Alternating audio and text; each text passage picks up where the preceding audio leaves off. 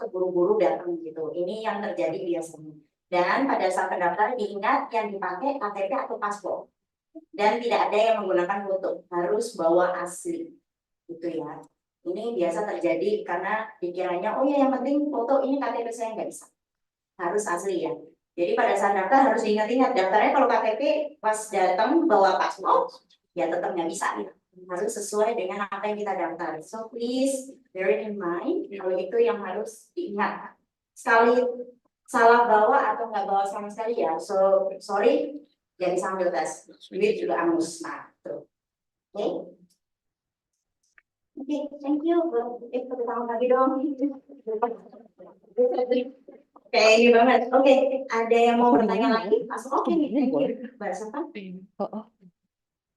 Aku mau tanya sih. Aku tadi udah cek dulu.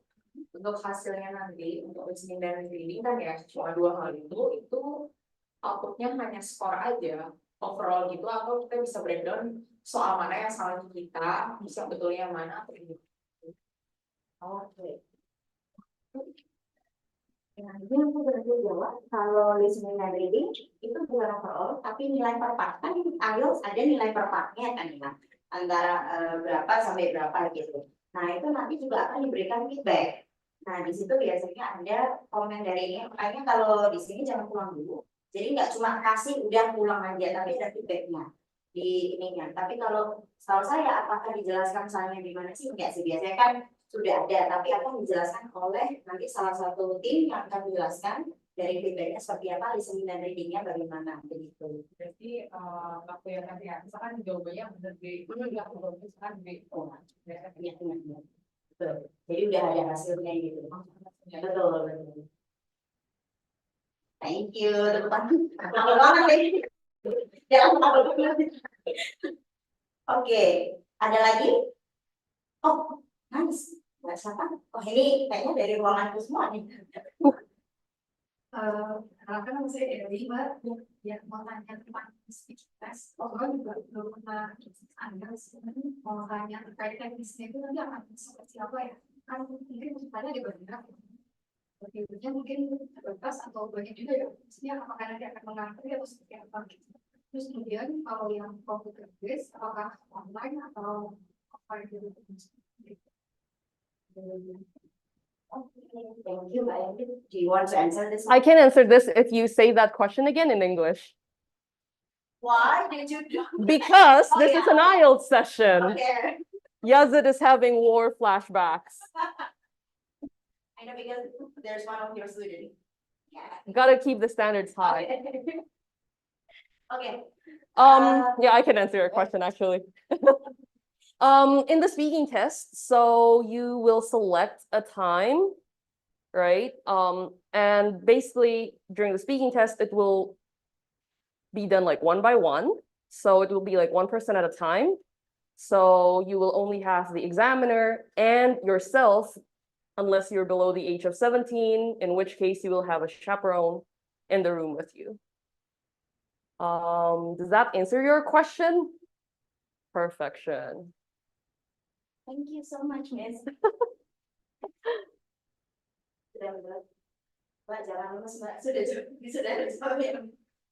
Okay, thank you. I think we still have enough time, but so sorry, it's being rude for me because I haven't introduced her. Harusnya kalian nanya sih, Miss, speakernya siapa hari ini? Itu masuk pertanyaan sih. Sure. Where is the? Oh no, there's no background. Oke, jadi sebelumnya aku akan membaca dulu background. Aku akan membaca background dulu untuk narasumber kita yang hari ini. Oke, please correct me. There's misspelling here, okay, Miss. Oke, so jadi di sini pembicara kita hari ini ada Miss Gabriela, Miss Gaby. One of you mentioned that one. Dan dia posisinya sekarang adalah sebagai English. No, yeah, okay. English language specialist in our office, IALF, and then she's Indonesian, as you know, but she cannot speak Indonesian today.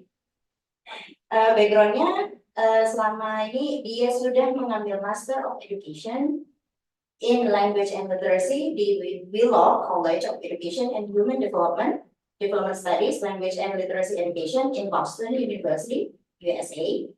Dan juga beliau juga mengambil gelar, sudah menyelesaikan studinya di Bachelor of Education in English Language Education at Madras Catholic University, Jakarta, Indonesia. And another professional experience that he has until now, ya, tadi udah di-mention sebagai English and Indonesia Language Instructor dari 2019 sampai sekarang. Base-nya di IALF Jakarta. 2016 sampai 2018 English teacher dia bersama Sangga Ursula BSD Tangerang. Di tahun 2017 beliau juga pernah menjadi lecturer assistant for academic writing di kampus sebelumnya yaitu Atma Jaya Catholic University. Lalu pada tahun 2016 teaching assistant for academic writing di tempat yang sama yaitu di Atma Jaya Catholic University Jakarta. Dan beliau juga pernah menjadi intern English teacher di 2015 di SMA Kristen Tangerang Jakarta. So as you know, basicnya beliau sudah penuh dengan English teacher. So, could you give him applause, please? Okay. Now, I think we can start our main event setelah tryout. Tapi jangan tegang, karena hari ini kita akan melaksanakan bahasanya nggak enak banget ya. Akan sharing a discussion about personal assessment workshop. Are you ready, guys? Aduh, lemas banget. Ayo udah makannya enak lagi. So please, can I hear your voice? Are you ready? Ready. Okay. Please welcome Miss Gading. Hang on, I'm actually gonna do a little bit of cleaning.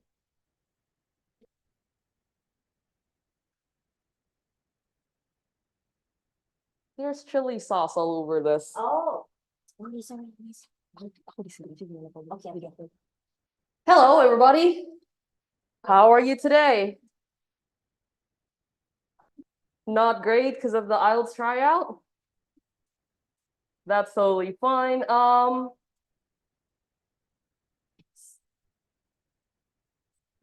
Screen share. Thank you. So someone raised their hand. Muhaimin. So wait, hang on.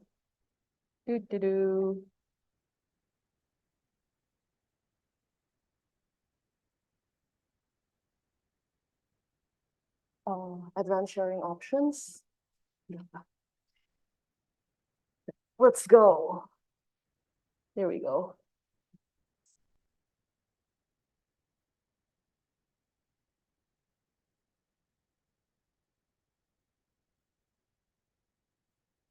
Okay, today let's talk about how to write a compelling personal statement. And let's see if I can get rid of that. Goodbye. And goodbye.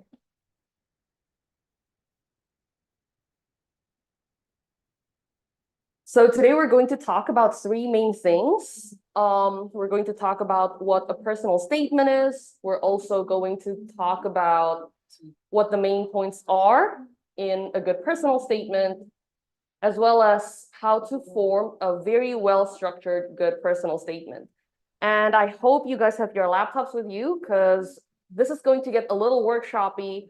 So if you already have your personal statements with you, great, we can revise that, we can continue working on that. If you don't already, you can start working on it a little bit, just so you know what to do by yourself later on. We're going to start with the basics a little bit.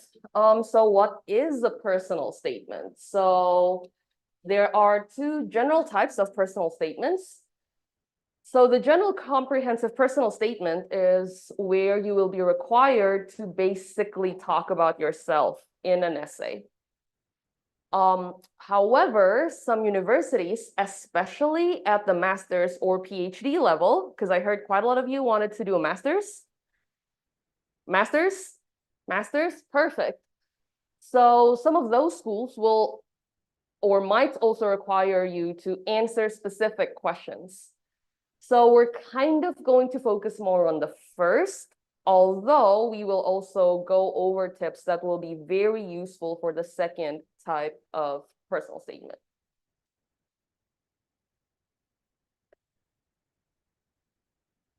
So why is a personal statement so important? Hang on, I think the screen sharing has been paused. Or the recording has been paused because I moved to the next slide, but it has not moved.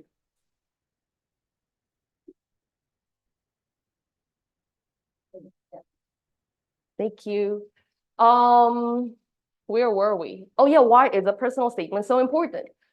Because, all right, who here wants to go to the top universities in the world? Who wants to go to like the best universities? Harvard, anybody? UCL? NUS? Right, so many of you want to do that, right? And those universities are extremely popular and they get thousands of excellent candidates or perspectives every year. So the personal statement is your chance to set yourself apart, to make yourself look like you're special. And that is why you want to explain what motivates you and also why you're suitable for the program that you've chosen. So that's why universities ask you to provide a personal statement so they are able to know you as a person, even though they have not met you yet. And you do want to use it to describe how your personal background and experiences have influenced you as a person. And for example, if you're doing a master's, then you also want to provide an explanation of why you have chosen to pursue a graduate degree at their school.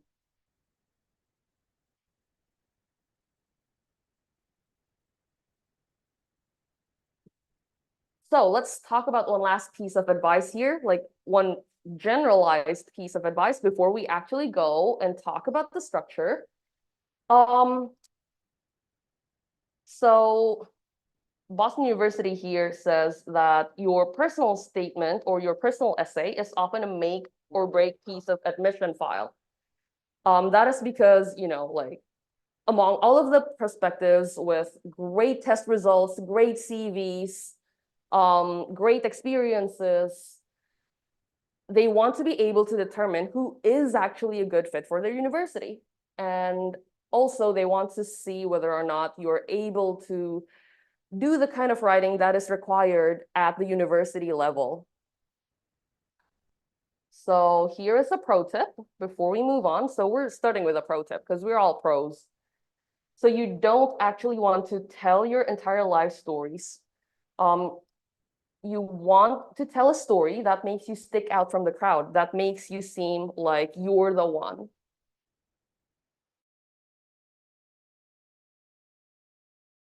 Some things that we need to pay attention to before you even start writing your personal statement. Can we resume on the slides, please? Thank you. So you definitely want to pay attention to the word limit. Different universities might have different requirements. For example, KCL, King's College London, has that word limit of 4,000 characters or 47 lines of text, which means that you absolutely cannot go over that word limit. But as you will see, this will differ by quite a lot.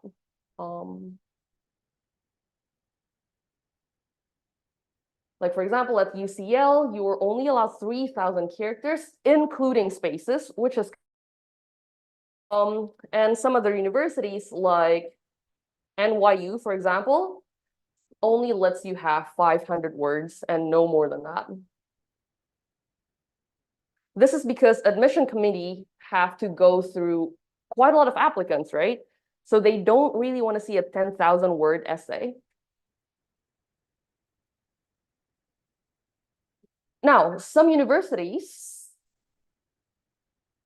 will also have questions that they want you to answer in your personal statement. This is because these questions help them find out whether or not you're a good fit for their university.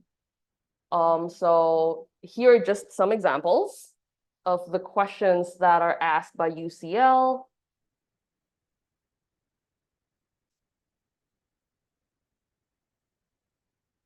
Can we move on to the next slide, please?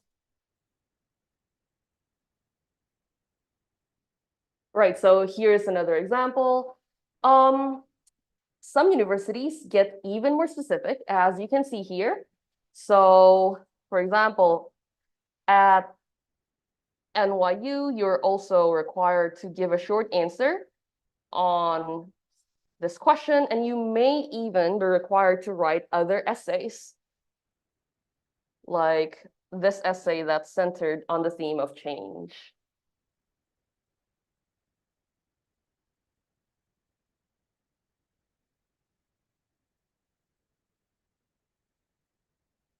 So here is another example of the same thing from the Stern School at NYU.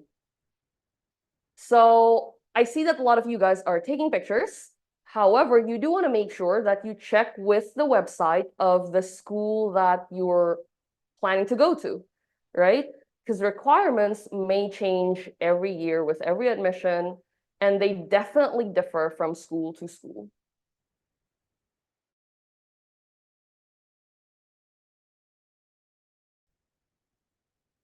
Okay, I think there's a bit of lag between my slides over here and there, and that's totally fine. So here's another example of another essay that you may be required to write. So for optional essays such as this, you do want to read through the description and see whether or not you're actually required to supplement this.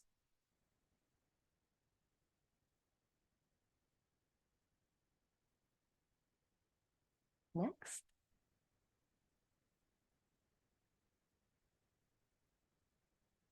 So another thing that we definitely want to pay attention to is, of course, deadlines. We don't want to miss those deadlines, right? So here are just some examples. We don't need to look at them all in a lot of detail, especially because this deadline was last year.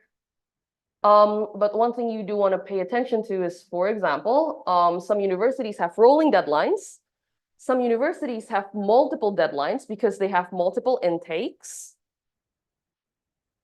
And some universities may get very specific with their deadlines, and they will even tell you when they will send you an offer, should you get accepted.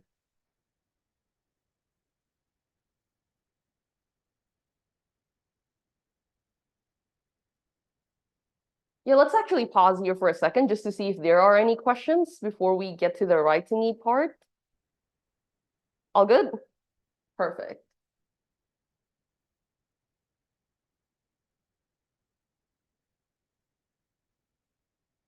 So let's talk about several elements that are central to a successful statement of purpose. So I got this from my alma mater, Boston University. However, this is very generalizable to any university that you go to. So the main point of having a personal statement is to clearly articulate your goals and interests, as in why did you choose this program? And then you also want to show your university that you have past experiences and past successes that will help you be a really good student at the university that you want to go to. And that's why it's very important that you demonstrate your interest and fit with the program that you're applying to. That's why you need to do a lot of research. And also, most importantly, you want to demonstrate that you're able to write in a really good way. Because especially for the master's level, you will be required to do quite a lot of writing during your studies. So your college admissions people will want to see evidence of that.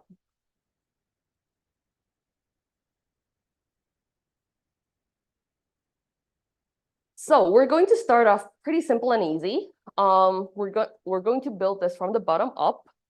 So your personal statement should have, like, if it's a general personal statement, it should have around 5 paragraphs or 5 different parts. And in each paragraph, you want to have this structure. I know we're all hungry people, so let's use a food example or like a food acronym. So you want your paragraphs to be in the pie structure, and pie means point, as in the main idea, example, or information. I should have written information because that's now a P paragraph. PEE, point, example, explanation. I don't know which one you prefer, pie or P. I personally prefer slightly naughty acronyms, so yeah, but that's the same thing. So you want to give like a concrete example of your main idea and then explain it. This is going to become clearer in a second. Now let's also talk about the general structure of your entire personal statement essay. So you want the first part of your essay to be a background thing, an introduction of sorts, because we were just doing IELTS earlier. So in your background, you do want to explain why you've chosen to study this subject, and then you want to provide educational backgrounds and work experiences, especially if you're trying to go to school for your master's or PhD. Is anybody here trying to apply for an undergraduate degree? Okay, if anybody out there who's watching, because I think we're online as well, if you're planning on applying for your bachelor's, then work experience is optional. And then you also want to go into the specific reasons of selecting this specific program at this specific university. And finally, you want to round it all off by explaining your future plans, and this should be relevant to the points that you make in parts 1 and 2 and 3 and 4. So let's get into like the specific things that you may want to include in each part. So in part 1, you want to provide a brief explanation of why you have chosen to study this subject, right? And another thing that you want to do is you want to make it interesting. And some countries and universities even require this. Primarily the US, but also like other places in the world, like some universities in the UK are starting to ask their prospective students to, well, make it interesting. So here are some notes that you want to pay attention to. So you do want to select a theme that ties the whole essay together. And then you do want to make it personal, right? Like you want to tell a story about yourself. However, you don't want your background to be the longest part of your essay. This is just the sort of introduction of your entire essay. And then you also do not want to write your entire life story. This is not your autobiography. So you should only focus on the parts that matter in the context of your future study plans. So here's an example. I don't think we are going to need to read this, sentence by sentence. But later on, I will show you a QR code where you can download some really good examples of personal statements. But yeah, so have a look at this, right? So this guy, Matthew, he wants to study biology, right? And in his first paragraph, he explains why he's so interested in biology. Basically, that's what you want to do. And as you can see, he uses really strong vocabulary, and he's really demonstrating that he's good at writing, which is also what you want to do. You see words like, oh, unmatched emotion and uniqueness and overcome diseases. So that's the level of language that you want to try and demonstrate.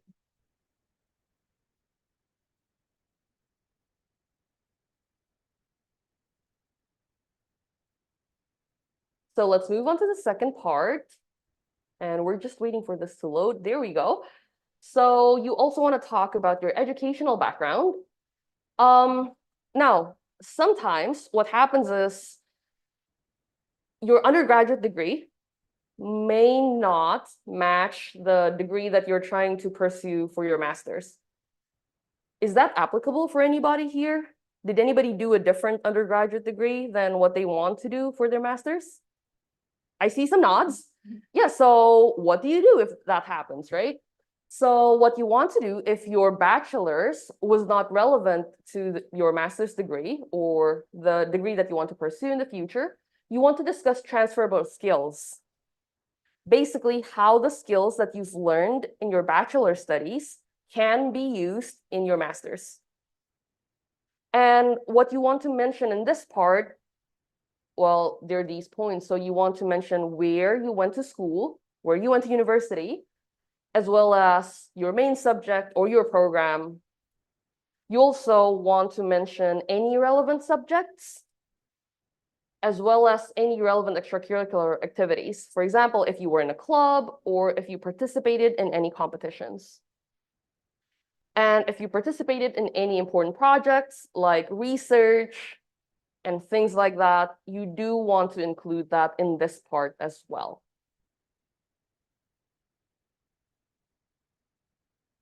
And here is a frame you can use and adapt to your own purposes. So during my undergraduate studies in, I don't know, what did you guys do in your undergraduate studies? Give me some inspiration. Civil engineering, I learned about the structure of buildings. I also actively participate in several competitions, such as, yeah, so basically the competitions that you want to include are the ones that are relevant. So for example, if you want a singing competition, do you want it on there? Yeah, not really. Such as so-and-so and so-and-so that exposed me to, and then you want, again, to mention some more skills that you learned as a result of your participation in the competition. And then you also want to talk about your research project, your thesis, basically. Now, in the third part, especially if you're trying to get a master's or a PhD, you do want to talk about the work experience that you have. This is because your master's and PhD will be very closely related to work. So it is good to have work experience. So you can talk about where you worked, what your position was, and you also want to explain one problem that you experienced at work, as well as how you solved that problem. And the reason for this is because you want to demonstrate to the people who are looking at your application that you have problem-solving skills and that you know how to apply your skills in a real-life setting. So basically, they want to know that you are not just all theory. And of course, you want to talk about the outcome of your solution. And here's another frame that you can use.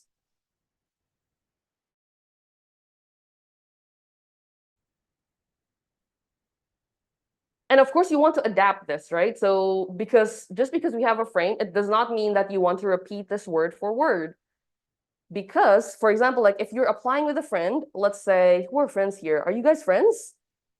Perfect. Like if they both use the exact same frame and just replace the information, and they sign up or like they apply to the same university, the university is going to spot that there's something going on really fast, right? So make sure that you tailor it to your own needs. Yeah, Taylor Swift is not the only Taylor we need in our lives.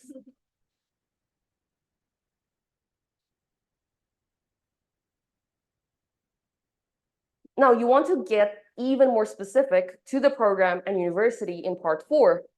So for the master's and PhD level, you want to give an explanation of why you decided to go back to school. Now, if your reason for going back to school is, well, I got tired of work, you need to invent a reason that looks good on paper, right? You don't want to say, well, I got tired of working at my company, so I've decided to quit. You got to make it related to your studies. So you also want to explain why you've chosen this program and why you've chosen this university out of all of the universities in the whole world. And in order to help you to do this, you can include features that interest you at the university, like specific subjects that you find interesting, or maybe professors that are leaders in their specific fields, or internship opportunities. Basically, you want to show your university that you've done some research, that you know what the university offers. And that's another frame or example that you can use.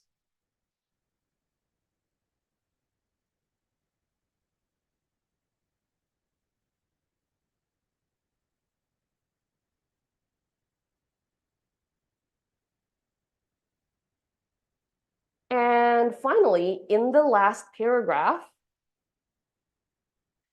so the last paragraph should contain your future plans.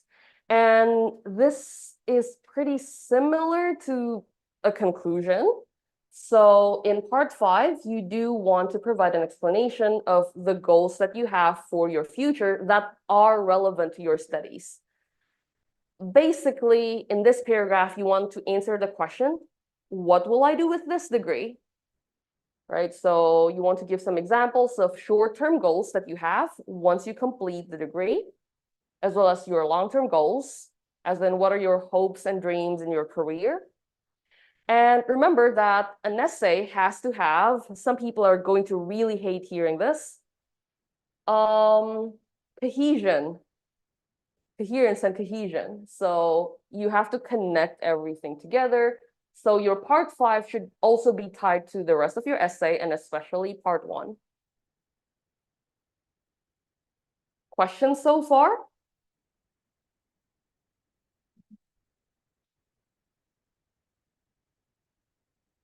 Okay, that's the digesting look. Okay, then let's have a look at some final notes. This presentation is quite short because this is mainly a workshop. But before we work on our personal statements, here are some final things that you do want to do. So you do want to check the requirements that your university asks for. Requirements and styles may differ for each university. What this means is, for example, American universities tend to prefer storytelling-based essays, whereas some other universities, like for example, in the UK or in Australia, may ask you to be more straightforward. Also, who is planning on applying to different universities and not just one? I mean, Miss MC here is also planning on applying to different universities, so that's great. Yeah, so this is a good strategy, right? Because we want to make sure that we get accepted somewhere. However, you also need to make sure that you're not reusing the same essay for all the different universities. Sure, there will be some parts that you can keep, like your educational background and your work experience. That's mainly not going to change.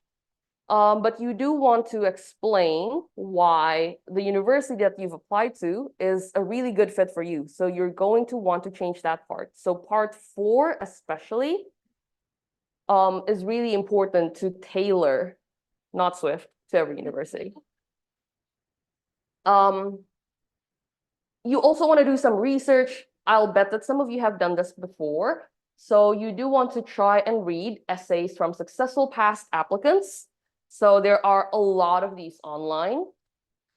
Just to get a picture of what the style is and like what the content is that each university requires or that each university likes, basically. And also, again, remember to demonstrate your very, very strong writing skills. So it doesn't really matter whether your university requires you to tell a story or whether your university just wants you to basically list the things that you have to do or the things that you've done. You still need to show that you're really good at writing, you have good vocabulary, you have good grammar. They still want to see that regardless of the kind of personal statement that they want you to write. Yeah, so there's a little asterisk there. Style just means, you know, do you need to tell a story or is it just a list of facts? Yeah, that's it actually. I I said that's it. There we go. So do you have any questions? I guess before we go to Q&A, I have 2 QR codes right there, and this is for the people that are online as well. So you can scan the QR code on the left for examples. We might be able to go through some of them, today, later. And scan the other QR code for an outline. It's like a graphic organizer where you can just plug your things and develop an outline, because this is just like writing task 2. You need an outline before you develop an essay.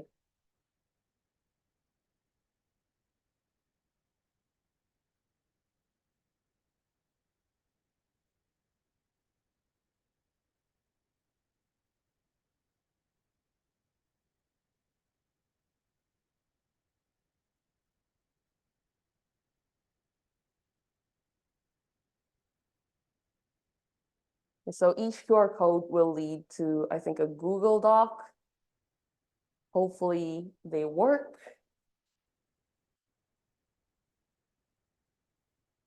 Let me know if any of the links don't work. Meanwhile, I'm just going to have a peek at the Q&A box. Hi, is it possible for us to get the presentation material in the end of the session? Hi, Ryan. So we're not really going to share the presentation, but if you just want to scan the QR codes, you have everything you need there. Please be kind to share the materials, scan the QR codes. Shall I put giving back to community to strengthen the essay? Because in fact, my goal is only enhance my career no matter country. Does doing volunteer really shines our essay? I guess that would depend on the degree. And usually what is most important in your essay is showing that you're showing your skills. I don't know why I'm talking to this camera, because this is not the camera that's being used. So basically, if you've done any volunteer work, what you want to show is the skills that you've learned from your volunteer work and how that will transfer to your studies. Thank you, Ainun, for the question. Other questions? Yes. Okay, thank you, Miss, for the explanation. I want to ask you some questions about the work experience part. If we have like some experience of work, is it needed to describe since the first, or just to describe the latest or the currently work that we have? And then for the second, is it any, as you said that to make a personal statement, is it very important to fit with the university requirement? Yeah. And how about the degree? If I want to take the second master or the doctoral degree, is it the personal statement should be maybe different, or maybe have to written stronger, or yeah, can you explain more for that? Okay, so I see that you have 3 questions. I think I might need you to repeat them one at a time, and then I can answer them one at a time. Sorry, memory of a goldfish here. What was your first question again? Okay, the first question is about the work experience part. Yeah, if we have like some experience work, should we describe from the first career, or just describe the most important, or describe the currently work that we have now? So basically, in your personal statement, you want to construct a narrative, right? So the answer to that question is you want to pick whatever work experience will strengthen your essay. So it doesn't have to be your first, it doesn't have to be your last, it's whatever fits the essay best. Okay?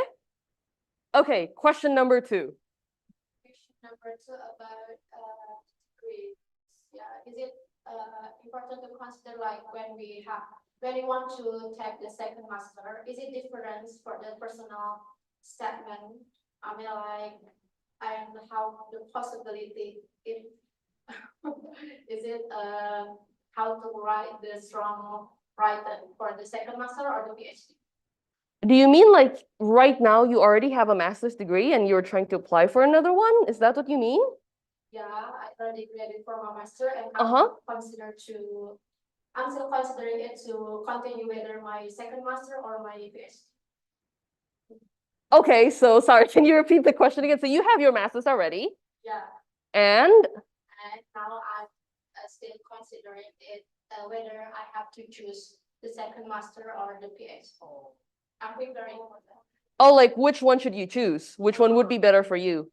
I guess that would depend on your career. Yeah. Yeah, or like your goals in the future. Yeah, honestly, I want to take my second master. Go for it. Do you think, is it, I mean, like the personal statement, is it different for the master or the second master? Oh, I see. Sorry. Collective understanding. I love this. Should you include that in your personal statement? Yeah, so if you do have that on your CV, right? Because you will have to submit your CV. And your CV will say that you've previously done a master's. So you do want to state in your personal statement why you've chosen to take a second master's degree. Yeah, so why have you chosen to take a second master's degree? Do you want to share with the class? If I choose second master, I will still have possible to take the PhD. Oh, okay, so that's the real reason, right? What is your personal statement reason? They're two separate things, guys. Okay, like what I mean is, what was your first master's degree? My master's degree Mm-hmm. is primary education. And your second master's degree that you want to try and do? I want to the first major is maybe inclusive education. Mm-hmm. Or something like managerial education or like leadership. Right, so they're two separate things, right? So you can say on your personal statement that, oh, I've chosen to take on a second master's degree because I want to learn about these new things that will help me in my career, or I've changed my career path, or whatever the reason is behind your selection or your choice of degree.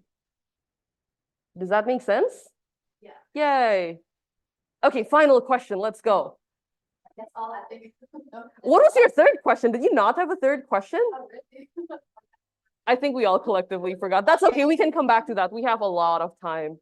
I think maybe that's enough, I think. Perfect. Thank you so much. Okay, thank you very much. It's my first time to take IELTS test trial. Oh, how was it? Off topic, but how was it? Yeah, I don't know.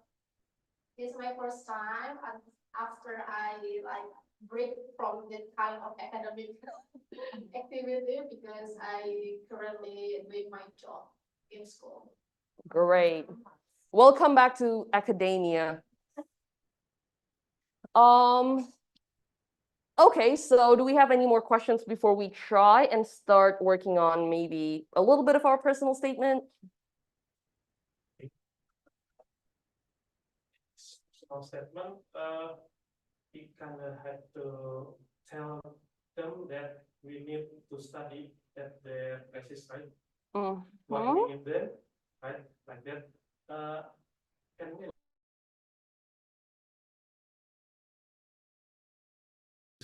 to tell them our weaknesses or something, or we should not tell them anything about our weaknesses? What do you mean by weaknesses? Why we can do something, that's why we need you, or like something like that. I think to a certain extent, that is the angle that you want to take, right? Like, for example, you want to say, I'm going to use the example of being a teacher, right? Part one, I want to work in education because of this. I like kids or whatever. And then I went to school for education, and then I started working as a teacher. And for example, in her example, right, earlier, and I think I want to start working with kids that may have inclusive needs, and I don't have that knowledge. So that's why I've chosen to do a master's at your university at this program. So it's not really a weakness, but more so something that you want to learn in order for you to be able to reach your goals in the future. Does that make sense? Can we like accidentally tell them our weakness that we're not supposed to tell them? Okay, give me an example of weakness that you're thinking of. I have example, I mean, when we start writing, I don't think maybe sometimes we get those thoughts like, oh, we should tell them about this, about that. Oh, we should tell them that I'm really lazy and I don't like doing homework, like that type of thing. Not that kind of extreme example. So I Like unable to finish my task because of blah blah blah blah blah. That's a line like I cannot finish something, I cannot do this properly because I don't have the skill. So I feel like this will really depend on like the angle that you're framing this, right? For example, if it's related to your task, right? Like, for example, you're talking about your work experience and you're saying something like, well, I had this problem at work and I did not know how to solve this. And it's a really major problem and it's costing our company money. And that's why I need a master's degree. That one is fine. If you're talking about like your study or work experience and suddenly you start saying things like, yeah, sometimes at night I watch too much YouTube and that causes me to not be able to focus. That's not really related to the rest of your essay. So your essay becomes not very coherent, so you don't want that. Does that answer your question? Business or plan or something like that, it shouldn't even. I mean, I would say use common sense, but also at the same time, that's not really the question or like the essay that you're asked to write, right? Yeah, like the essay is not really asking you what bad habits do you have. Yeah. And it's about not do not tell them anything about negative things like that. Just tell them within them, set some values maybe. Not to tell them too much. I will say that the main reason you should not talk about being lazy or other bad habits that you have is not that because you're not allowed to, but because it's just not relevant. Yeah, you want to keep your essay relevant. I will say though, some universities, especially these days, require you to write a diversity and inclusion essay. And if you want to say something like, I cannot accomplish this task because I am neurodivergent, I have autism, or I have ADHD, you can do that, but not in the personal statement. You want to include that in the diversity and inclusion statement. Does that make sense? Parts of the forms that we tell them about, whatever they ask us. Yeah, exactly, yes. So basically just answer the question. It's like the IELTS test. Life is IELTS, guys. He did a double take. Okay, so I see that a lot of people have their laptops out already. So why don't we do this? So we can work on our personal statements. If you already have your personal statements and you want to review like certain parts of your personal statements, we can do that with the remaining time that we have. Otherwise, this is basically a writing workshop. I also see some more questions in the Q&A box. Let's see. Does the personal statement that you explain can be used for LPDP scholarship essay? Do you know anything about LPDP? Yeah. Okay, Tobing will answer this. Okay. I think for this LPDP scholarship essay is a bit different with the university application because first thing, when you make a personal statement or essay or motivation letter, it's similar, but different country where you want to go. For LPDP scholarship, they do have their own format.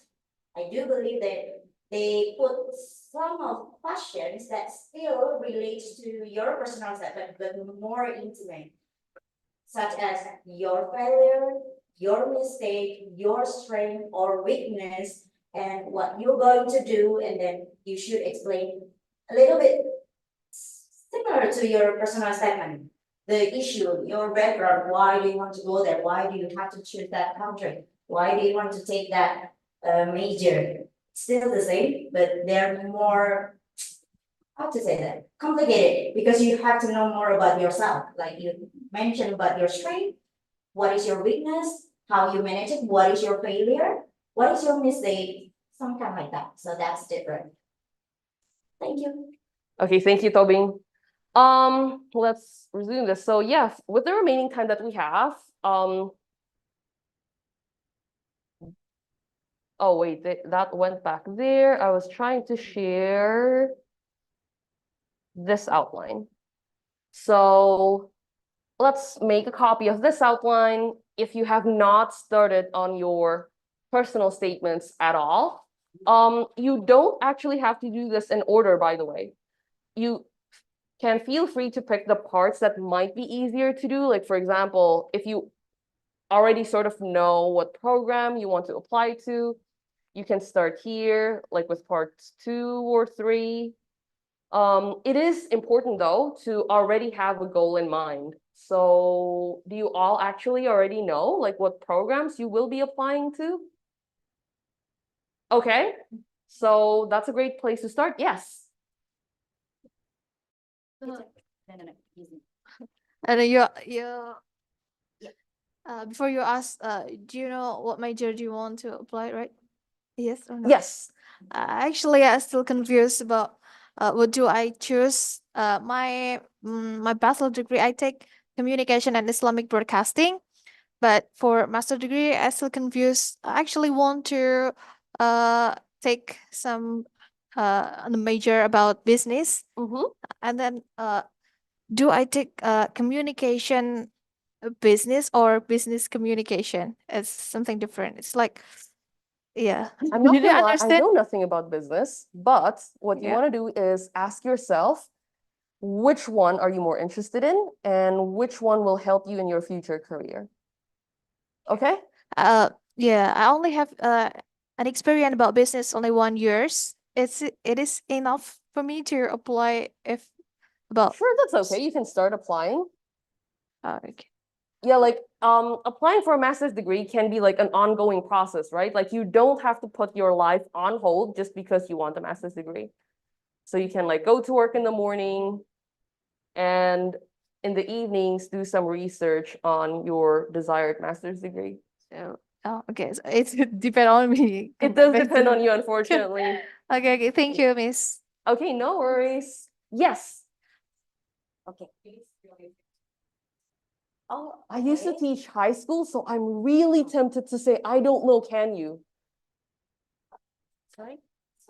Oh yeah, may I ask a question? No, I'm joking. I'm Oh. joking, I promise. I thought Yes. you were being serious. I think. Oh. My question is actually related to it is personal statement can be used for LPDP, but if we have like tight deadlines, I heard that some people have the same personal statement that they apply to universities, but they also use it in several universities with some kind of like either a minor or major modification. What is your personal opinion on that? Do you advise people to do the same if realistically we have kind of like tight timelines? Do you want to answer that one? You can do that, but make sure to change part 4. Like don't accidentally put and that's why I've decided to apply for a master's degree at Oxford University when you're actually sending that essay to a totally different university. Yeah. So it's only on like certain circumstances. Yeah. No worries. Great questions all around. Okay, so people do have their laptops out. Yes, let's start working on this. And if you don't know what program you want to be in just yet, that's okay. We can start with the research process and then we can actually talk it out, right? It's a workshop, so we're gonna work for the shop. That makes no sense at all. But yeah, so you can start with your research, ask your questions, and then we can discuss this as a community. I see that there are more questions in the Q&A box. What if I don't have any work experience? Does organizational experience work? Yes. If I bring an issue about non-communicable disease, but I also put volunteering experience in pandemic times, so it is communicable disease, would it be okay? This sounds like a very medical question. And I want to add that one experience because the scope of the event is wider compared to other volunteering experiences. This sounds like something that either you or your professors or lecturers at the university can answer. I don't know why I'm talking to my laptop. But yes, anonymous attendee, that is the answer. Yeah, so let's do some writing. If you have anything you want to ask about while you write, we're just going to go over that as we go. Boleh, boleh. Tadi sempat udah scan QR code, jadi nanti diisi di sini, nanti bisa dibantu.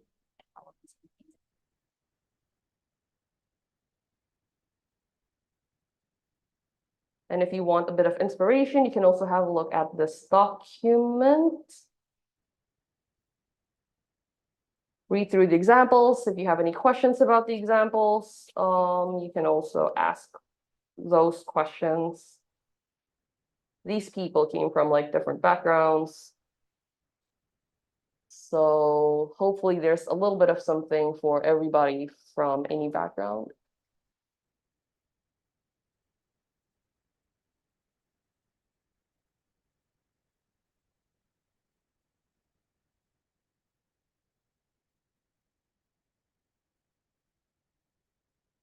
And for both the people here and at home, or like in rooms, I guess, if you already have a personal statement and you would like to review it, just raise a hand or something, and then we can also review your personal statement.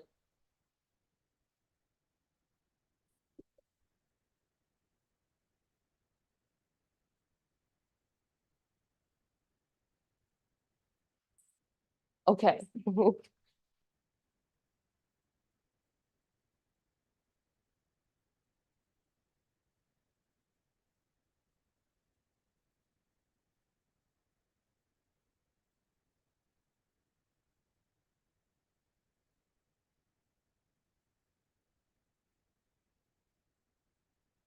So RJ in the Q&A box asked, hello, should our future vision include something beneficial that we can do for our university? Oh, as in the university that you intend to go to? And if yes, do you have any tips or ideas on how to address those benefits as a student? Thanks. Let me see if I understand this question correctly. Do you mean as in, like in part 5, should you include information on how you plan on giving back to your university? Usually that is not something you must do. So that is the answer, I think. Thank you, RJ, for the question.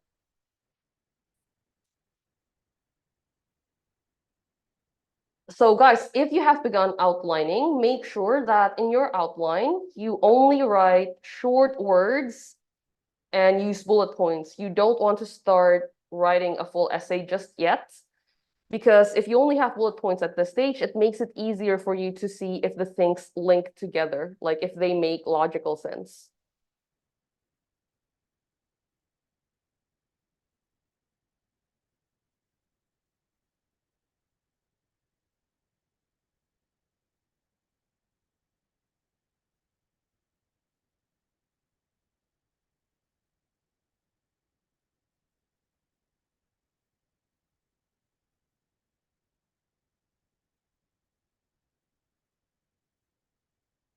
So Jordi in the Q&A box has another question. Hello, Jordi. My background is law degree. My experience is in marketing for 1 year and IT department for 1 year.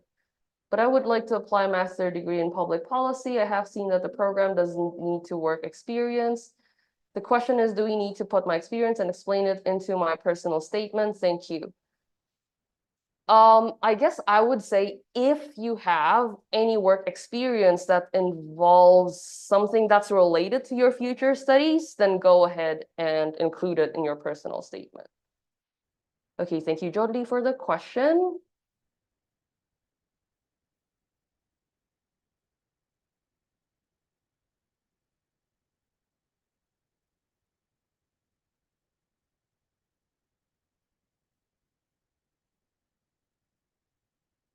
Yes, yes. what's the difference between part 1 and part 3? So part 1 basically is just a short bit on what first piqued your interest in this field.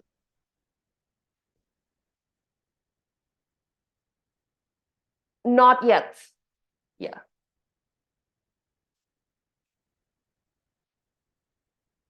I think that got deleted accidentally. It's meant to say your background in the field. Yeah.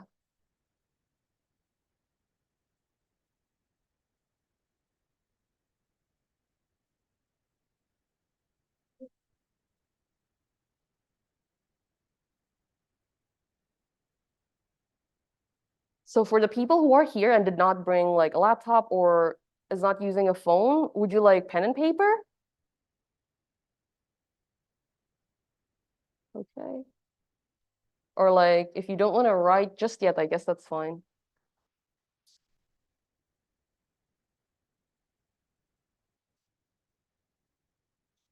Okay, that's great. So we can start by doing a little bit of research, right? Are you going to do an undergrad or a master's degree? Okay. Tell us more. I want to be like one of the students. I just work here and there, doing different things. But for my master degree, I want to study something out of all of my recent works, something new. That's why I'm still. Okay, do you mind telling us just a little bit about your bachelor of studies? Okay. Or like what work experiences do you have? Most of my works, I work in financial finance, but now I'm in the IT department of the same organization for about like 5 years. Most of my knowledge right now is around IT, but actually I want to escape this work and try something new. This world. I want to put that as a quote there.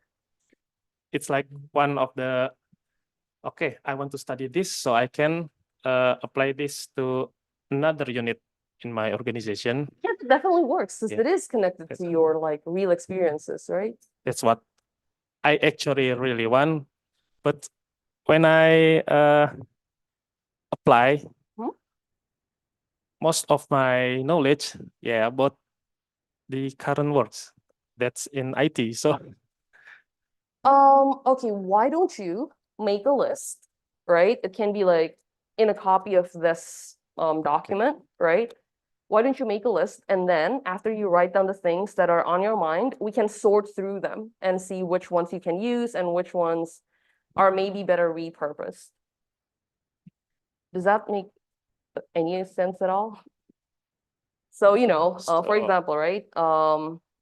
If you want to just write, for example, oh, my bachelor's was in, and was your bachelor's related to No. what you want to do? No. Okay.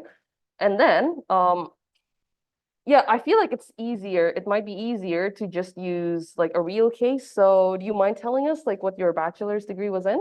Management. Uh-huh. Okay. And you intend to apply for a what degree? Psychology. Psychology. Yes. Okay, so they're actually pretty related. So let's put that somewhere. I'm just gonna stick psychology up here. Okay, so you said earlier that you want to study psychology because it will help you at work, right? I hope. It's the most thing is it's the most interesting study that's allowed by my organization, but I haven't never worked in the psychology unit. Okay, let's see how we can make that fit, right? Okay. So you studied, hang on, I'm actually gonna make use of, wait, the space down here just so we can kind of get a timeline. You studied management, Yeah. right? And then you worked in finance for an organization. Finance. And then? Now I'm in IT.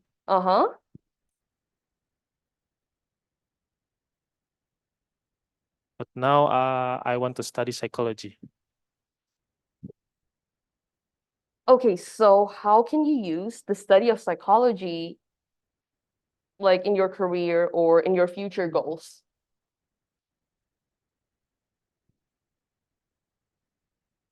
There's actually a unit Mm-hmm. that supports the psychology states of the employee. Which is called the Psych Rangers. Well-being, the organization's well-being Okay, so program. okay, so you want to work in the employee well-being program. Yeah. So I feel like the obvious connection that you want to make is, well, you studied management and Just general management. general management, right? But when you studied management, did you study anything about managing employees? Managing employee, not specifically, I think. Okay. Is there anything that's connected to that? Or like what classes do you think might be kind of related? I haven't really No, like connect the what dots. classes did you do in your bachelor's Yes, are sort of related to maybe like managing people, basically? maybe there was like human resource management. Yeah, that's definitely very related, Probably. right? So the angle that you want to take is going to be something like, well, I studied management, right? Yeah. And then I worked for this organization. And during my work, I've noticed that there is something really interesting in my organization, which is the employee well-being program. Yeah. This will require me to use my management skills from my bachelor's, but I also need more skills from a master's in psychology.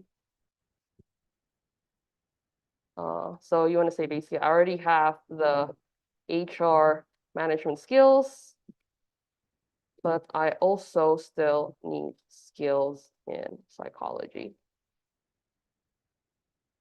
Even though my work and my general study doesn't really connect with this psychology.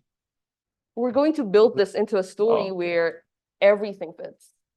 Okay, so all right, so we have the part 2 as well as the part 4. So while you work in this organization, what makes you think that this is a very important program, or like what makes you want to work in this program? Because I don't think it has been really used properly. Mm-hmm.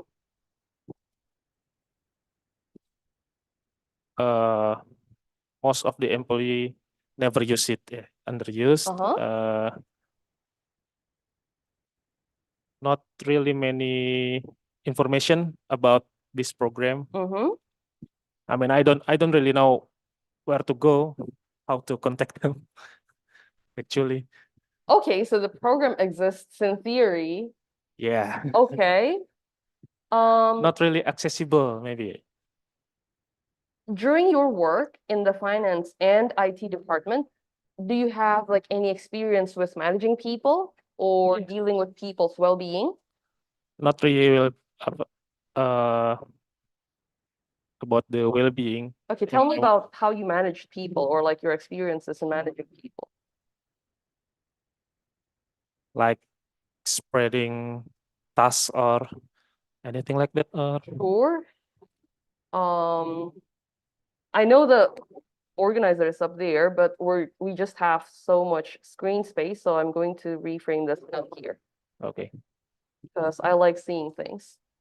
So we're going to leave P1 for now. P2 is bachelor's in management. P3 is you work for this organization, right? so in all the parts, I need to connect them to the program that I want. Exactly. That is the main point of writing this essay. Whatever I did for work, whatever my previous program, I need to connect that I need this, Yes. like that. Yes, exactly. That's the hard thing. Yep. I mean, let's think about it, right? And like, if any of you guys here are still looking for inspiration, this might be just it. Yeah, so you manage people. Give me an example of your experience managing people. Like we have like a task and do it in a team, Uh-huh. and one person do different tasks with the other, but still one chain of assignment. Uh-huh. Now, when you were delegating tasks in your teams, Yes.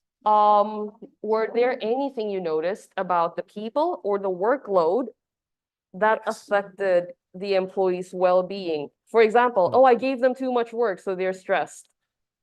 We're all stressed. So Okay, so in my experience managing people, I noticed that everybody is stressed. Hashtag say lovey. Such is life, that's life. Don't include the hashtag. No. But now that you have this angle, right? Oh, so I worked for this organization. I've worked in different departments, and I've had experience managing people, just like what I learned in my bachelor's. When I managed people, they were all very stressed. So clearly, employee well-being is very important, and I want to work there, but I don't have the experience. People be stressed, so clearly employee well-being is important, and that's why I want to work in this program. But I don't have the skills yet. Therefore, and then you go in and explain why you want to study this program at that university. May I change the skills with qualification, or Yeah, sure. should are yours? Something that's Sometimes customizable. different words means different. Like It just how depends on they like what you have, right? Yeah, sure. I don't have the qualifications. I don't have the skills. or I need you. like Yeah. that. And you don't only want to say though, oh, I need you because you offer this degree. You want to Okay. go deeper than that. You want to say, oh, this class will help me in my work. And this professor, who is an expert on employee well-being, will help me learn about this, and this. Okay? So I need to research their courses, what courses Yes. match what the organization needs, like Exactly. that. Okay. Thank Okay, you. does that help? Okay. Very much. Perfect. Thank you so much. Yes, so guys, that is the kind of thing that you want to do if you're thinking of kind of jumping ship. Looks like there are a couple other questions in the Q&A box. Let's have a look at them.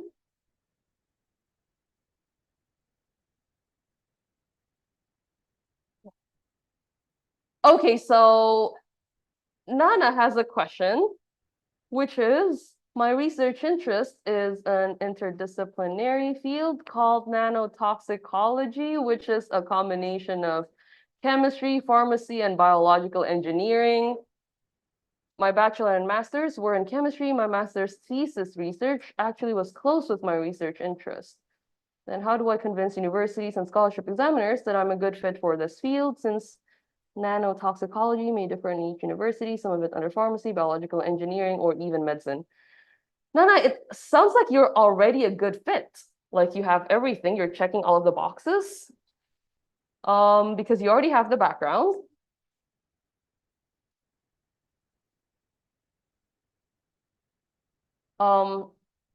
Yeah, so it sounds like you already have all the background, although for the things that sound more technical, like things that are more specific to your field, you may actually want to maybe consult your like mentors at work or at your university where you studied. Thank you for the question. RJ has another fascinating question. This is great. Hello, regarding the background, do you recommend including facts such as data, problems in different areas in my country regarding the whole problem we're interested in before we jump into why I want to study that subject? Yes, that would actually work very, very well. Okay, thank you, RJ, for the question.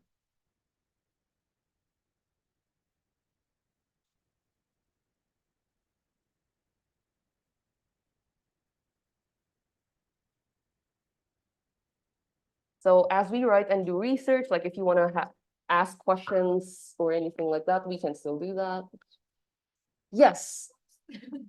Wait, hang on. So she started talking, and then we're gonna get to you in a second. What is the difference between motivation letter and personal statement? Usually they're just different names for the same thing. Oh, Yeah. only names. Usually, yeah. So again, always check with your university's website and look at what they require. Okay? Okay, thank you. Oh, thank you, Tobin. This young lady over here. Yeah, okay. Thank you. I want to ask, how if I start with the issue or problem that I want to solve after I come back to Indonesia instead of the background in the essay? Because I think that my education background and the bachelor degree is not related to the program that I want to pursue in my master program. So I kind of like insert it in just brief explanation in the middle of the essay. Oh, okay. Is this what you mean? So you notice a problem and then Yeah. you want to use what you learn in your master's degree to solve this problem. You can absolutely do that. And this is going to be like our master note document, I guess. So your essay is going to look something like this. So P1, I noticed this problem. Okay. And then P2 to P3, you're going to talk about, your qualifications, because you do need to tell the university why you are good enough for this program in one way or another. And then P4, you're going to say something like, and this is why I need to study this at this university. And then you tell them, what are you going to actually study?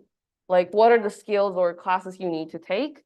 And then P5, future goals, you're going to come back full circle and say, after I have these skills, I'm going to solve the problem in P1. Yeah, okay? Yes, sounds like you guys are developing really good narratives. I'm loving this. So it looks like we may just have another question in the Q&A box. Let's have a look. Personal statement also has the same mean with application letter. Really? I don't know actually what an application letter is. A motivation letter usually has the same meaning as personal statement though. Yeah, I don't know if there's such a thing as application letter. Counselor? Application letter, I think it's different. It's kind of like we fill out the form when we want to apply the university. It's kind of, we usually fill out the details, our name, our background, but it's not same as personal statement. Okay, so yes, to answer your question, so your university application is where you fill out all of your data, whereas the personal statement is where you explain your motivation. So like a motivation letter. Thank you for the question. I think they just misheard. Yeah. Yeah, maybe. Great, great.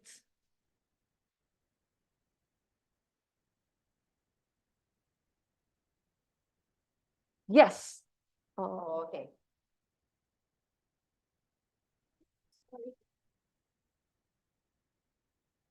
I'm Fahri Trustio. I want to ask about what is your perspective about the other influencer to sell our dramatic story in our background, such as like I'm a poor, I need this university. What is your perspective about the others influencer to sell our dramatic stories in life in the background statement?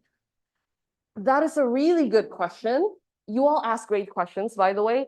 And usually that is a little more popular in the American style of writing personal statements, but you still have to connect it with your studies. So hang on, I'm gonna need to put this down. So you don't want it to be, I'm poor, and then P4, please help. P5, yay, I'm not poor. You don't want to do that. Right? What you want to do is something like, my academic background was this, and this is an issue that's connected to my study plan that I noticed because of my background or experience. This can also be an experience. Right? Yeah. And then as usual, you're going to connect this to skills. And then, you know, basically, therefore, studying this at this university will do that. And then, yeah, so where are you going to go with your background story? Low. Uh-huh, so tell us a little more. So you said earlier, my economic background was, and what problem with the law did you notice or experience? Or such as in the commercial law. Uh-huh. So it's like for the another regulations to get for improve for the business involved, especially in Indonesia like this. Oh, so do you mean to say that, oh, commercial law is not always fair Yes. for everybody? Okay, so how commercial law in Indonesia is not always fair, blah, blah, blah. And then in your future plans part, what are you going to talk about? The new regulation or compliance or other thing in the structure in law for Indonesia. Yeah, sure. So you can absolutely do that. Yeah, either I will change the law or I will work to represent people with these problems as a lawyer. Yeah, very good. Okay, thank Excellent work, you guys. There is another question in the Q&A box. I think the hardest part is writing on structure part 1. This is true. Leave it for the last.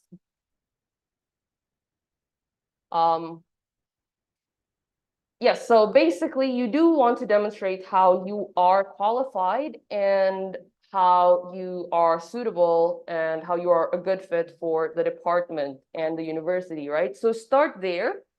If you're able to explain what your motivations are, great. If not, start with the other things and usually you'll be able to come up with why you're interested in this field of study.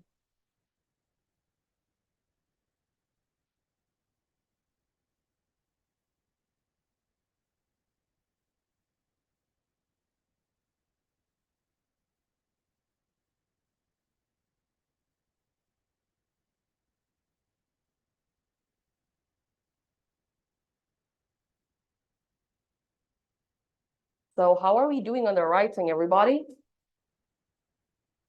Or the research?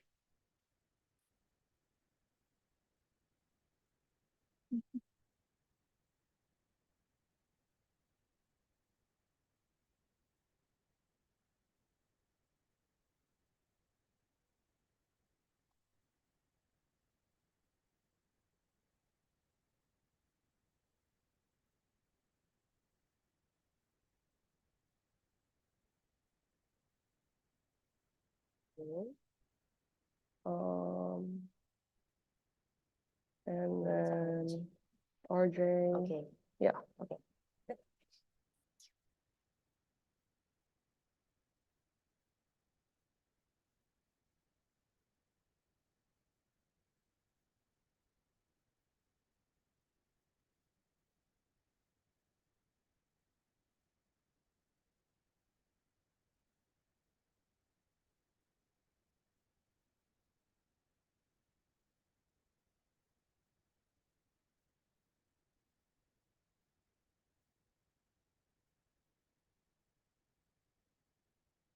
Yes, our ILF Global counselor is also here. So if you have any questions for her, we can do that as well. Tobing is the counselor. Because everybody like looked up and was like, where is the person?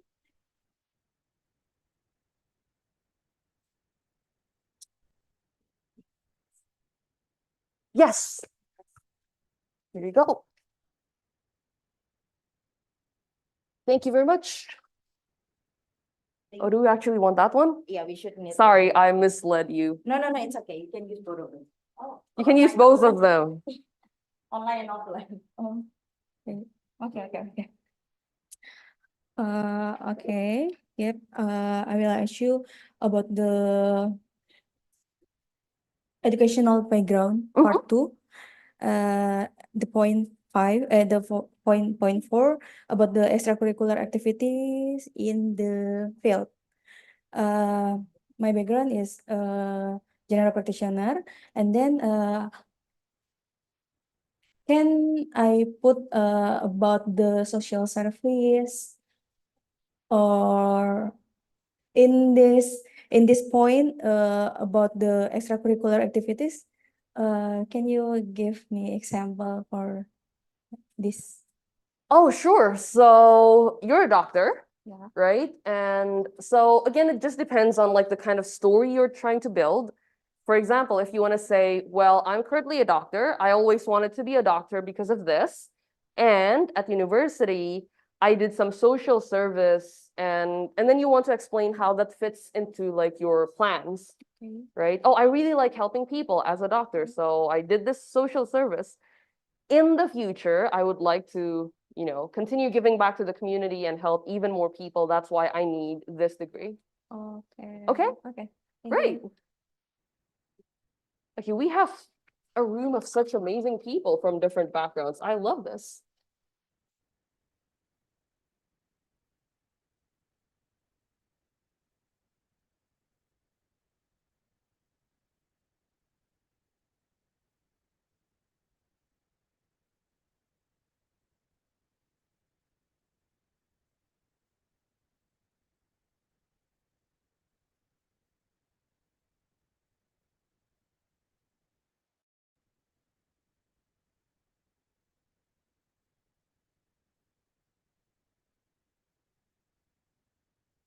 And again, if you have questions or if you have any bits of writing that you would like to review together, we can totally do that as well, either for the people here or for the people at home or in other places.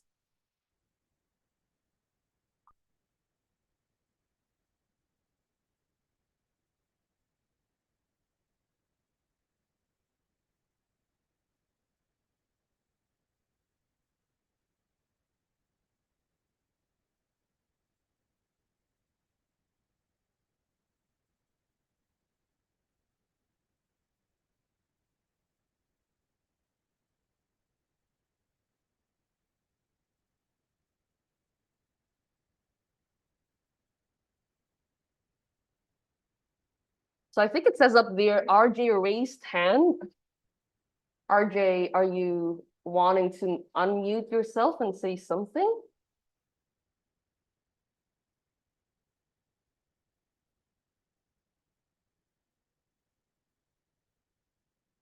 Or is there a question you'd like to ask? Let's see. I have made a motivation letter. Can I? Yes, definitely. Do you want to stick it in the chat or something like that? Or do you want to, can they unmute? And like, or like, do you want to talk about it? Yeah, whichever is preferable. Wait, what is this person's name? Zalfa.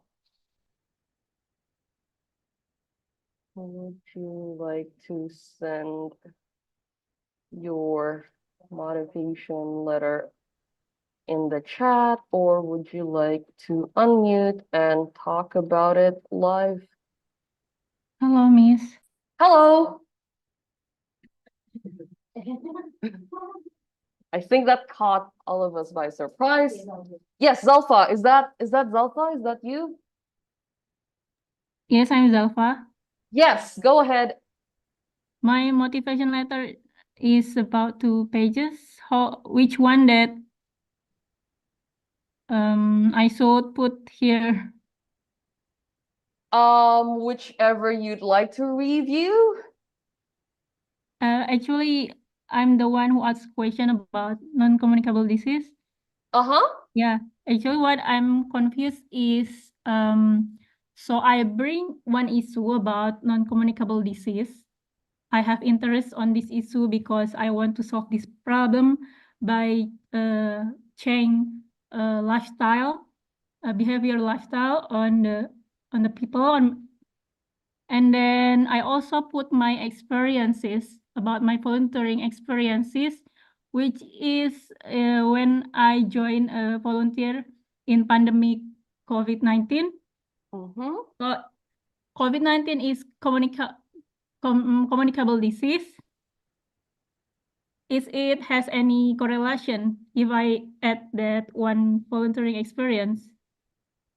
Yeah, sure. You can include a mention of how you have an experience working like in the medical field.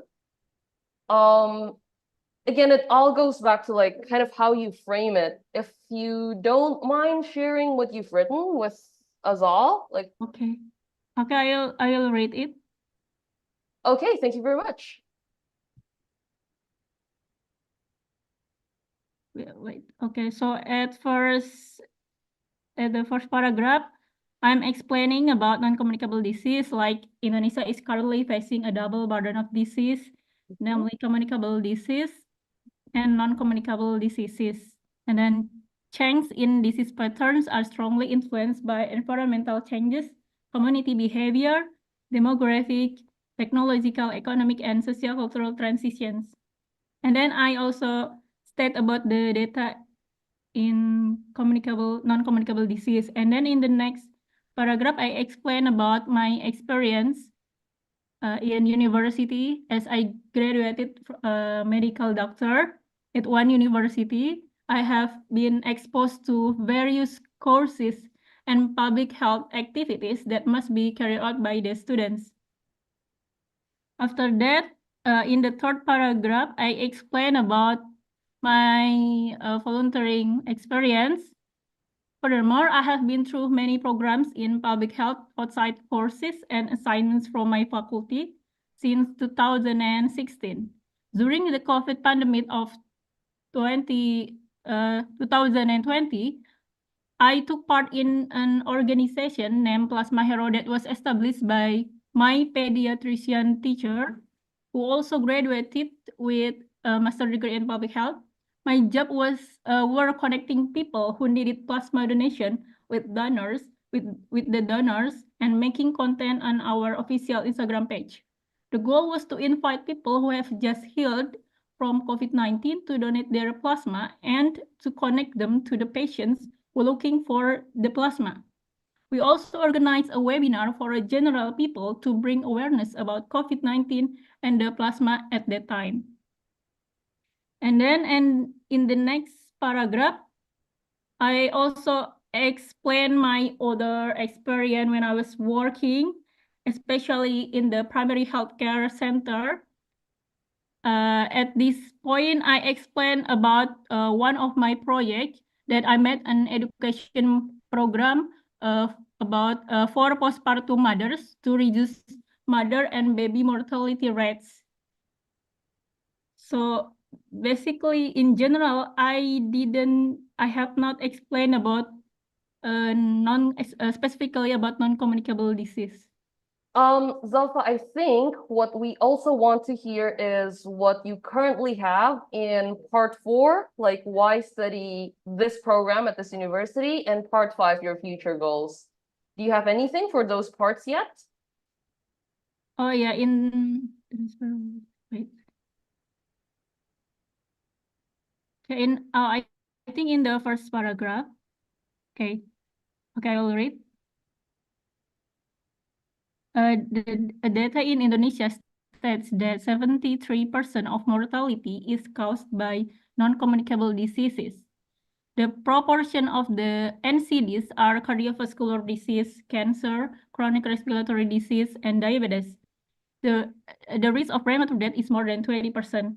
This indicates that the incidence of NCD should be a concern. As a physician, I find fulfillment not only in addressing individual patient illnesses, but also in actively engaging with the community. My goal is to foster awareness and encourage positive health behaviors among the community. Furthermore, it will decrease mortality, morbidity, and improve people's well-being. Therefore, pursuing a master's degree in public health is essential for me to contribute to addressing health challenges in Indonesia in a professional manner. Yeah, that works. That absolutely works. You know what? I think I kind of want to give that a title. And Zalfa, I don't know if you can see this. I just want to note that we have a doctor in the corner who's been nodding along. I think your essay should actually be called Communicating the Non-Communicables. Yes. Communicating the non-communicable. I'm joking. I don't think you're required to have a title. Oh, it's interesting. Okay. Yeah, but that absolutely works because you want to pursue a degree in public health where you study how to raise better awareness in society, right? About those diseases. Right. Yeah, that Right. absolutely works because your work with, like your previous work with COVID and also with the mothers, they're Yeah. all like in the same avenue. So that absolutely works. Yeah, actually, I'm interested in more general subject, but I'm just a bit confused since my experience is like it's specifically about mothers, babies, and the COVID. So I have not done much about I have not explained much about my experience in non-communicable disease. So one thing that you do want to do with your personal statement is to highlight your strengths as well, right?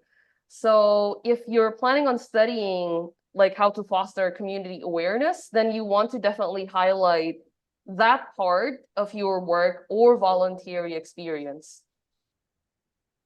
So it's better if I put another problem in general, not specifically to NCD, but in general as how Indonesian people have not many awareness about the disease. I'm not gonna lie, I'm not a medical doctor myself, but if like your angle is, I want to learn how to make people more aware of non-communicable diseases, and then the experiences that you have are communicating about other types of diseases, I feel like that should work.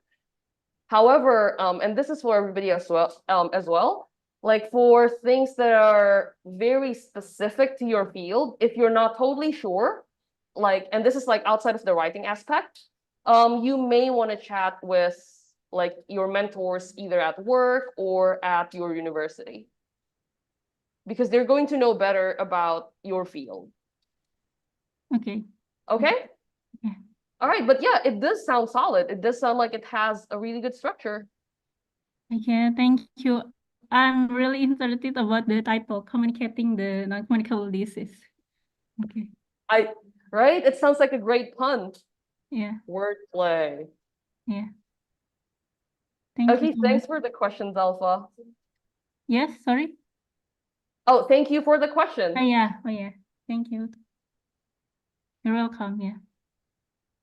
Okay, so we have another question in the Q&A box. Does this personal statement structure suit for motivational letter? Because I've heard from someone they are different. So usually they're an either or. And a personal statement is also known as a statement of qualification and motivation. So generally speaking, they are similar, but again, different universities might ask you to include different things in your letter or statement or essay.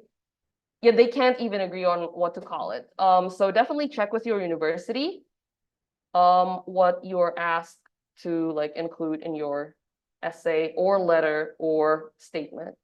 I hope that answers your question, Ainun. Felicia, can I have the link of GDocs? Yes, you can. Do you want to just scan this QR code?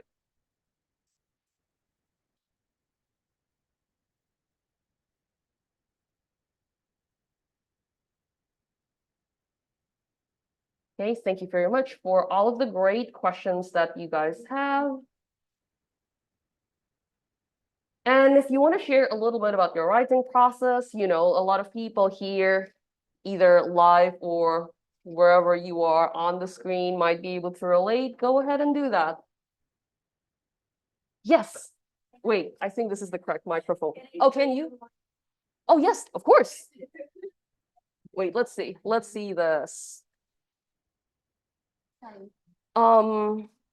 Okay. Do you want to turn up the screen brightness and increase the font size a little bit? Because I'm old. That's the main reason.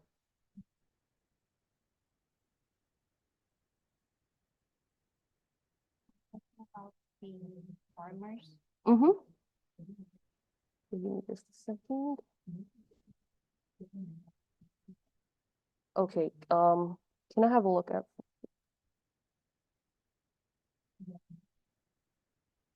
Okay. Can we go down just a little bit? Okay. Is this? Oh wait. This is my current career in Uh-huh. Telkom Indonesia. So but yes, I'm aware that in Telkom Indonesia there's a potential solution for farmers. Okay. Can we? By the way, so do you know if your university has like a requirement on word count or pages, like the number of pages you can have? There is no such requirement. I'm already word. And I don't think there is a personal statement. Oh, it's this. Your Oh, this statement of one. academic Oh, purpose, but it's yes. academic purpose only, and Let's so see. it might be different, but this one, I don't know. No, it is the exact same, right? Your purpose and interest in pursuing this degree, Mhm. and then how it relates to your immediate and long-term professional plans. That's part 5, future Okay. goals. Your current role, that's part 3, work experience. The areas you hope to explore in our curriculum, that's part 4, why this program at this university, and what you will contribute to the program and student cohort. So if you are asked to explain what you will contribute to the program and student cohort, then you are going to have to include that as well. Okay. Yeah. maybe this That one. can be like an additional paragraph, but Yeah, or like it can be included in part 5 as well. okay, Yeah. but maybe this is only up to so much Yes. 140 words, but I have this like 1,000 and So what I would say is, hang on, let me put this down. Can I borrow this for just 1 quick second?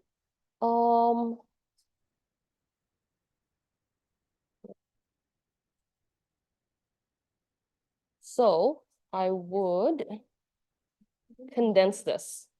This is a lot of information, okay. which is good, right? But because this is a very short letter, you don't need 357 words of this. Like, trim this down. But maybe for the other university, maybe different, so I might need this. So what you want to do is you want to keep kind of like what you have right now. Yeah. And then, New one, yes, yeah, revise this in a new document. And then I think I would actually put this before that, in the first paragraph. second. So you Okay. put that in the first, like The problem this bit in the about first. agriculture. Yep. Mhm. And then talk about your education a little bit, just because it's easier to understand in chronological order. I don't think so because my education background Uh-huh. is not related to what I want to pursue in management. So you said In my master degree. your bachelor's was in engineering, right? Yeah. So you can still include this, right? And then you're going to just have a quick mention of, oh, you know, what helped you develop these skills. That's it. That's fine. Okay. It can just be like one short paragraph, you know, yeah. Oh. Because it is actually related, right? And then, hang on, let me. So again, this is also just a very long bit on what agree is as a program. If you can condense it into just like 1 or 2 sentences. Mm-hmm.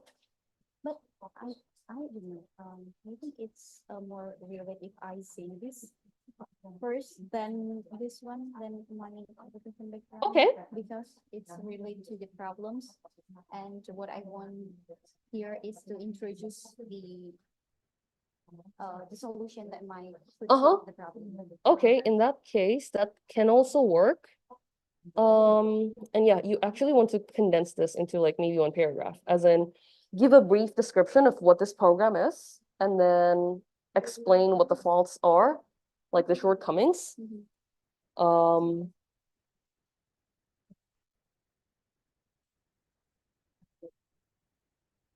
how is this related to the degree that you're trying to pursue? Because in management we learned a lot, right?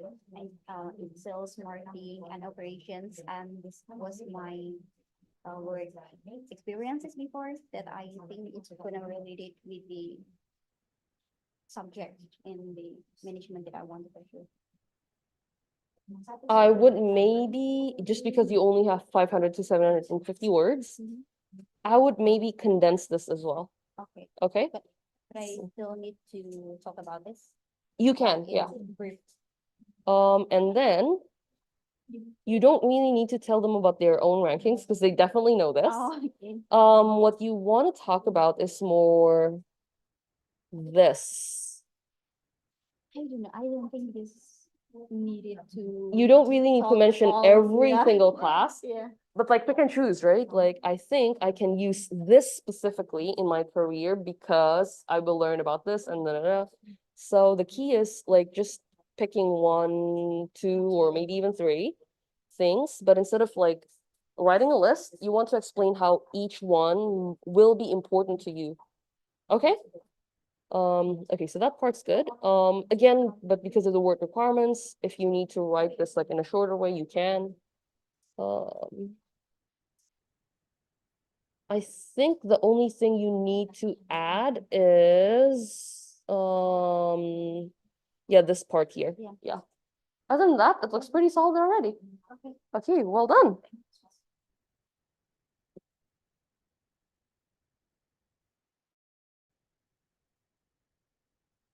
Okay, someone's finished with their personal statement. Very good. I see that we have another question in the Q&A box. In part 4, what if we don't know the professor? Do we have to send a cold email to the professor? How to start the conversation? This also kind of depends on the degree that you're trying to pursue, Felicia. Usually this will especially be important for a PhD, but if that's not what you're trying to do, it can just be, oh, I know I'm trying to learn about this, and I noticed that this professor is a leading expert, and basically you just need to do a bit of research. And you can say things like, oh, this professor has published this, which has helped me a lot, or which is really interesting to me. And I really want to take this class, which this professor teaches, something like that. If you are indeed planning on taking a PhD, though, yes, you do have to make contact with the professor because you will need to know whether or not they can mentor you for your dissertation. Okay, great question.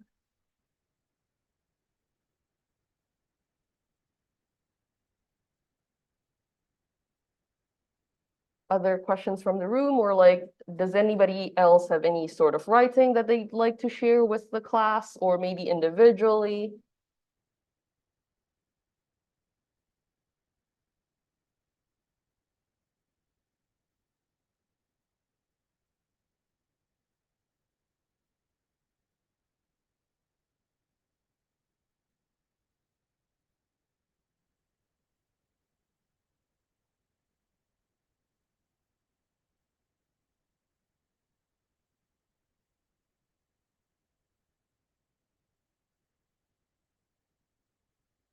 Looks like we are all hard at work. This is amazing.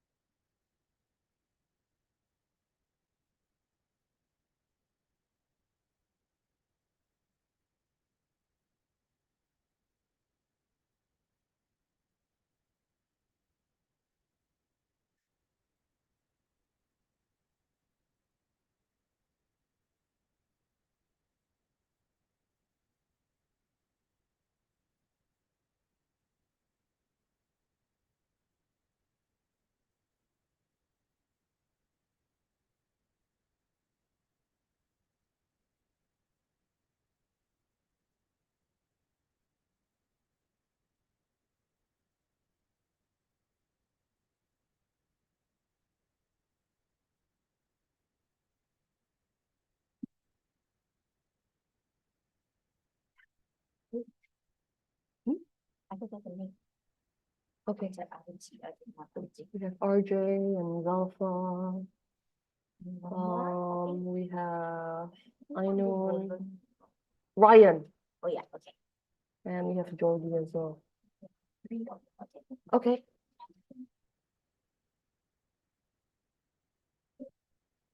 If anybody else wants to share their writing, either with the class or problems or their writing process.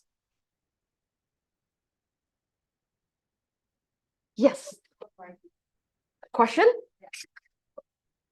Let me hand you the microphone of awesomeness. Okay, thank you. I want to ask questions again. I was wondering how can we like highlight our work experience, especially if we personally don't think that our work is kind of like super ordinary or something like that, because you mentioned previously that the goal of this personal statement is to make you stand amongst the crowd. And how can we, like, what are the steps that I need to take to achieve that? Like to know, like to aware the what kind of like my job experience that I have that might be sell kayak menjual gitu, menjual for the personal statement. So, first of all, step one is keep the program that you'd like to go to in mind, right? And then think of the skills that are required for you to either be in that program or like the skills that are a good match for that program. And then go back to your own work experience. Think about problems that you've either solved or problems that you'd like to solve, but you need this degree in order to do that.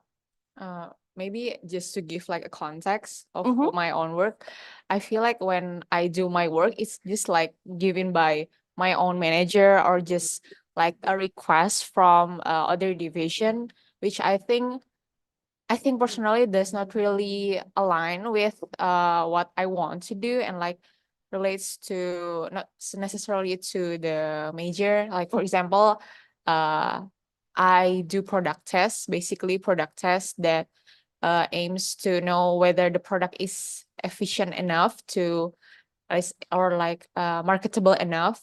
But I think in the process of me doing that kind of job, it's kind of like not necessarily like impressive or something, but how can I reframe it into something that is like worth for the right thing? Okay, then do you mind telling us what master's program are you interested in? I'm interested in market research. Market research, I think it kind of like overlaps with what I do, but I'm not sure how to like reframe it, because sometimes I do it just like from other division. Oh, what should I do? Like they have problems, like they want to know what are the trends of skincare or like foods.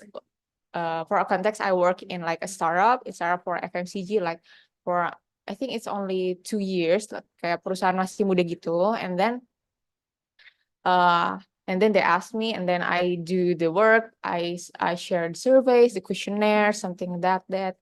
And then I do other kind of like branch like range of job, and that is to find other products or like category that is maybe profitable for the company, but the ideation itself comes from the C-levels and the managers. I just do like kind of like the technical, and then I'm not sure how to say that so that it makes it kind of like marketable or like interesting for the examiner to This definitely sounds more like a perspective thing, because you already have all of the keywords earlier, and like these young ladies back there, they're like nodding along. They're like, yep, you've got it.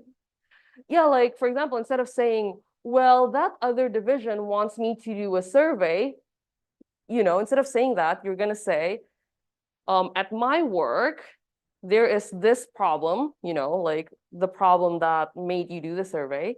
And then you're going to say, and because of that, I conducted a large scale survey to find out this thing.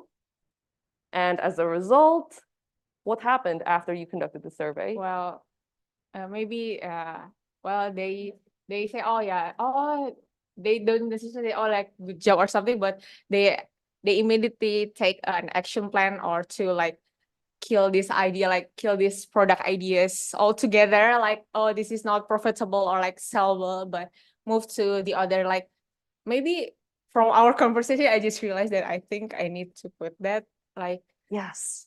like even the research that comes with the insight that, oh, this product is actually not good, it's actually inside So, itself. yeah, so you're going to say exactly that. So my research report included insights that help push along the future of the company, you know, like So frame it in a way that, make it efficient. yes, exactly.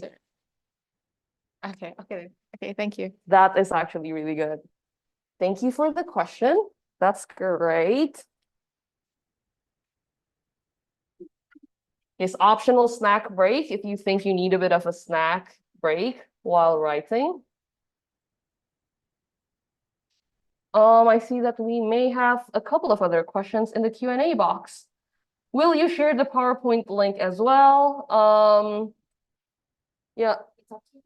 No, unfortunately, I will not. However, literally everything that's on the PowerPoint is in the two documents. Is it mandatory to have a hook statement in the first paragraph?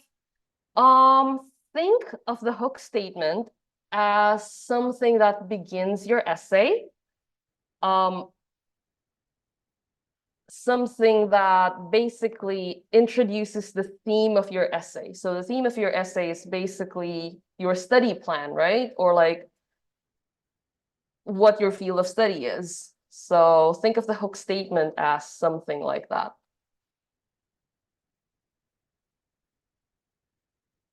Okay, great questions, people in the chat. And also people here. Okay.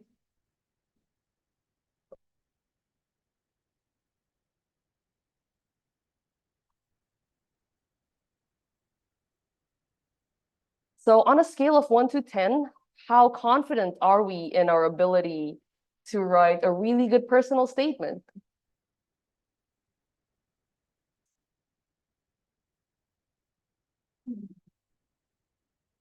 I don't know what silence means. They say silence is gold, right? What, 8? Okay, that's a really good number. Yeah, that's totally fine. Writing a personal statement is not something you're going to finish in 1 or 2 hours, right? So, in addition to like outlining it and then drafting it, you actually want to like proofread it. It can be by yourself, or if you have like people that you trust, like a close friend, a senior, a mentor, a professor, a lecturer, a teacher. You want to ask them to help you proofread it. They might have insights because, you know, they have more experience in the field, more than you. So you can do that and then come back to it, edit it, and then send it. Yeah, it will take a while. This is a marathon, not a sprint. I'm just using all of the buzzwords. RJ in the chat has typed, not in the chat, in the Q&A box, 10 exclamation mark. I think that means 10 factorial. So does anybody know what 1 times 2 times 3 times 4 times 5 times 6 times 7 times 8 times 9 times 10 is? I'm actually just going to Google this. 10 factorial. 362 3,628,800. Wait. Apparently I stopped being able to type.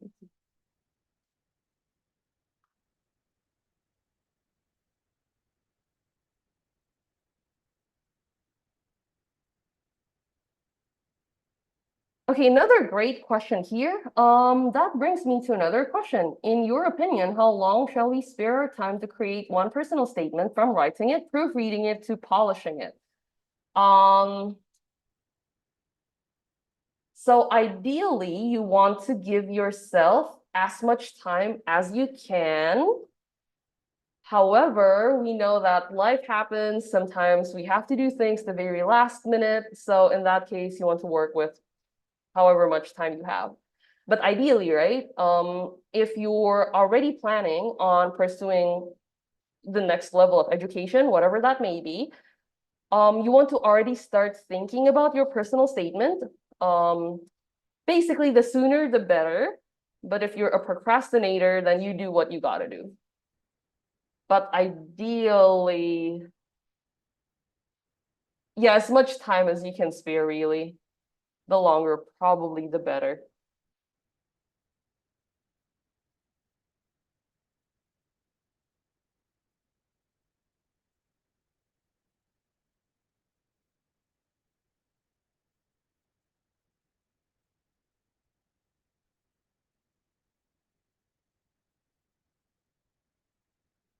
Is 2 weeks enough if you already have the points? Yeah, I would think so. Yeah, it's definitely enough. Just make sure that you're giving yourself enough time to write a really nice draft, to proofread it, and to contact the people that you'd like to help you proofread it. And then send it when you're ready.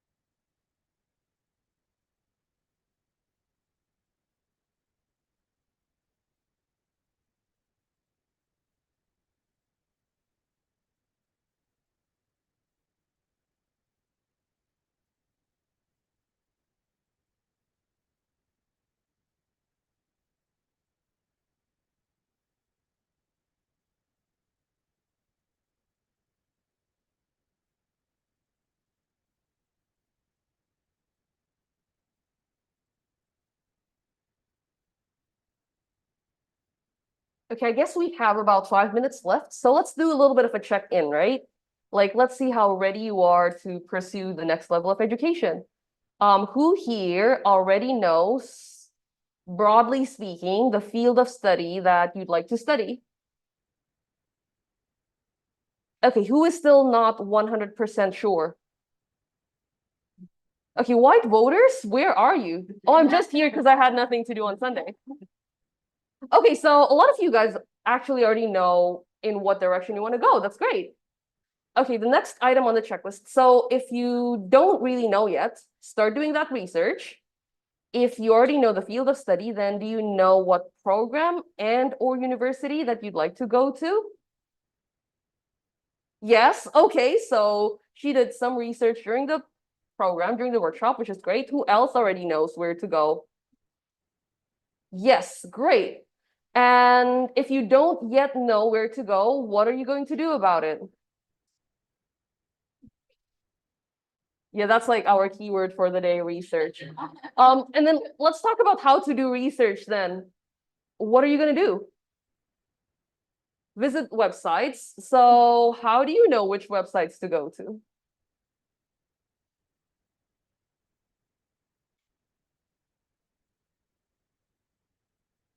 So if you already know like the names of universities that you might be interested in, that's where you can start.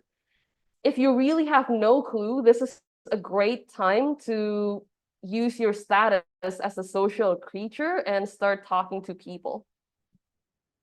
Like your teachers or your lecturers and things like that. Okay, so what is the next step then?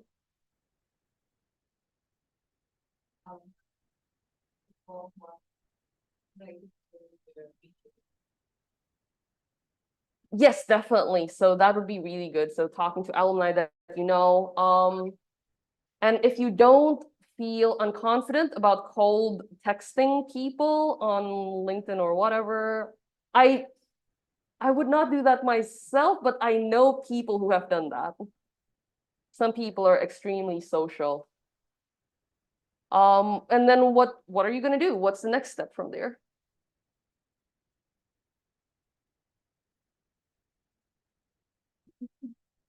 Because like I noticed that a lot of people are writing in paragraphs. So does it mean that you're already ready to send your application? Because like a lot of you are writing in paragraphs. No, which is a great thing. So again, like if you've started writing, but you're not super sure about the university that you want to go to, then before you actually send your essay, you want to double check with the website, the university website, maybe just one last time, just to make sure that your beautiful essay matches the requirements, because that's the number one thing. Oh, we have one more question in the Q&A box. Half sure. Okay, half sure is good. 50% is 50% of the way to 100%. That makes no sense at all. Do we have any final questions for the day before we call it a day? Oh, I get to call it a day. These guys don't. Because you guys are still waiting on your IELTS, what is it called? Tryout results.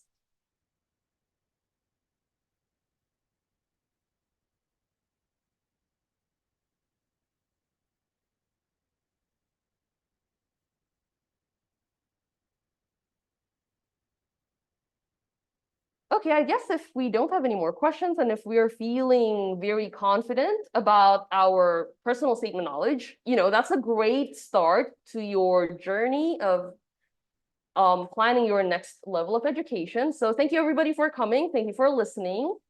And thank you for everybody who's online as well. So good luck, everybody. I'll see you next time.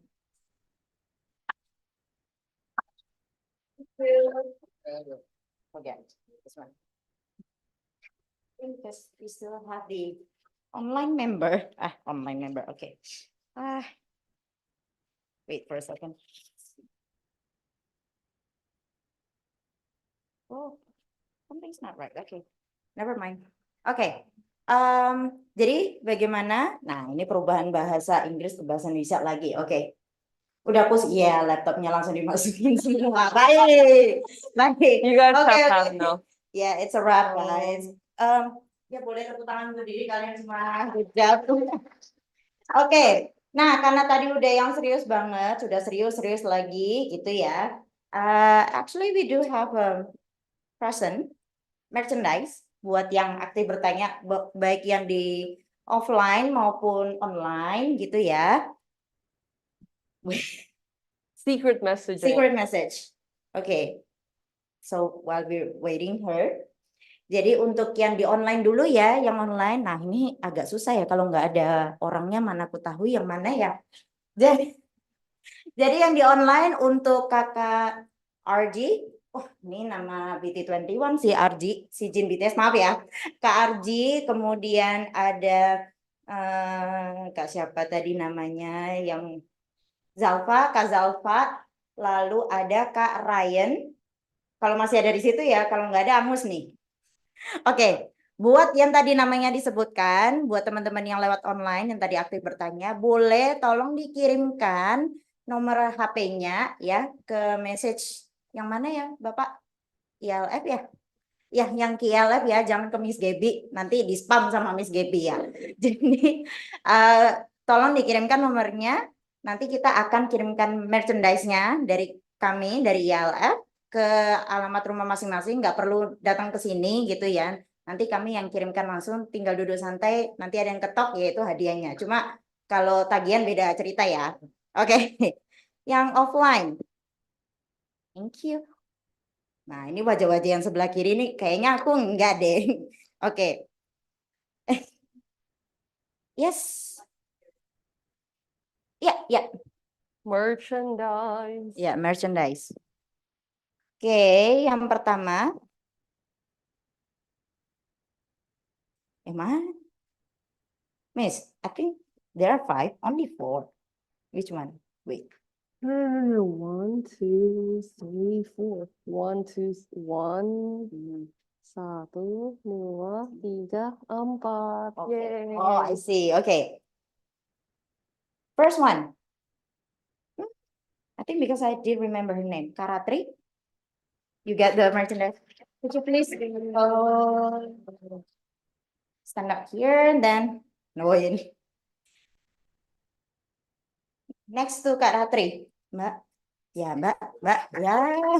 Main undian ya? Maju, Mbak. Nggak mau. Yaudah, dipindah orangnya. Oh, langsung mau gitu. Oke. Waduh, yang mana nih? Sorry.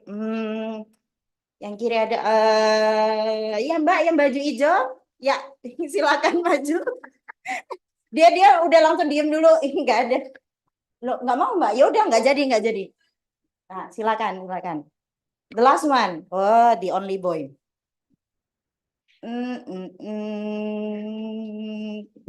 Itu juga hitam sih. Ini hitam. Ini juga hitam. Masnya. Silakan. Lo kok kayak kaget gitu? Tepuk tangan dulu dong. Oke. Ini karena yang aktif. Wah, ini. Aduh, Mas pendek banget saya kalau di situ ya. Sebentar. Oke, ini yang mendapatkan hadiah merchandise dari IALF. Waduh.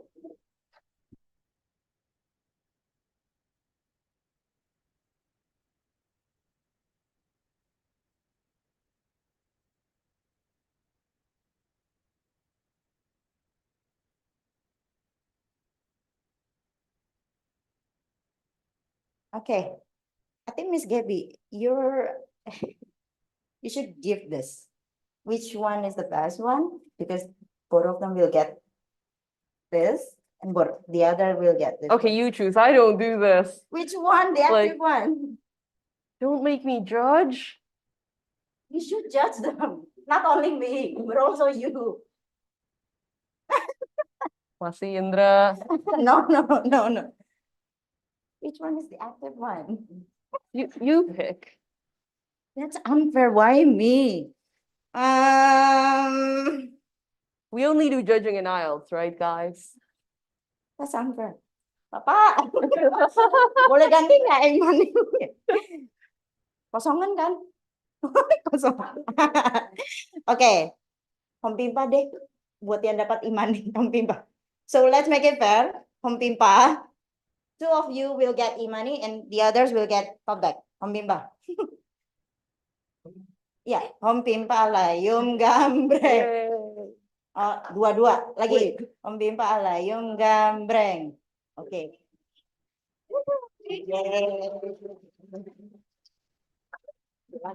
Boleh foto dulu? Mas, kamera yang mana? Oh ya. Agak miring. Baik. Ya, dibuka.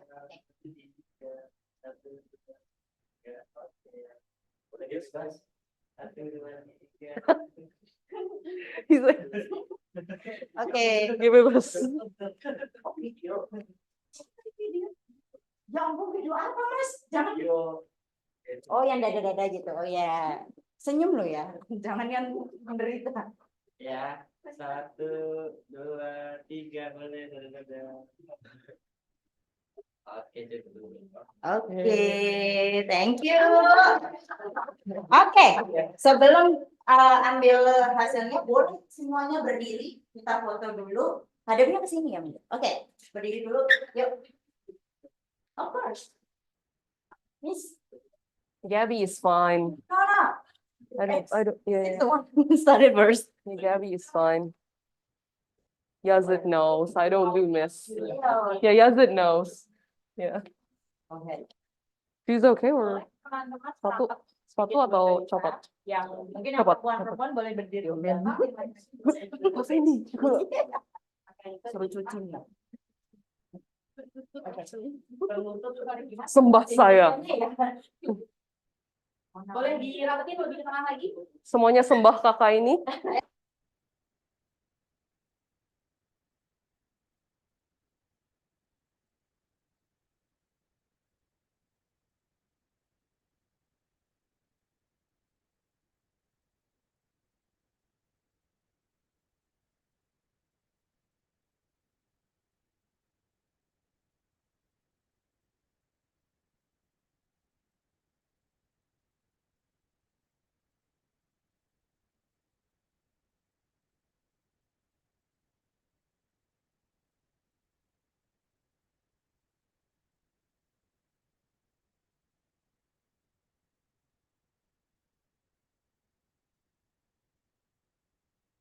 Ryan, tolong dikirimkan nomornya ya melalui chatnya Zoom ini ke IALF. Atau kalau nggak sempat boleh ya telepon ke kontak kami IALF Gading Serpong ya, jangan salah IALF. Ada ini nggak? Udah ada chat belum? Matiin dulu deh.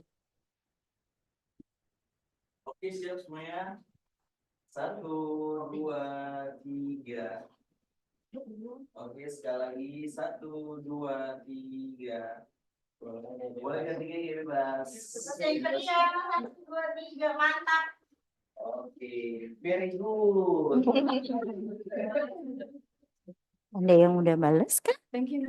Thanks, guys. Good luck. Thank you. Thanks, guys. Ah, mati lagi.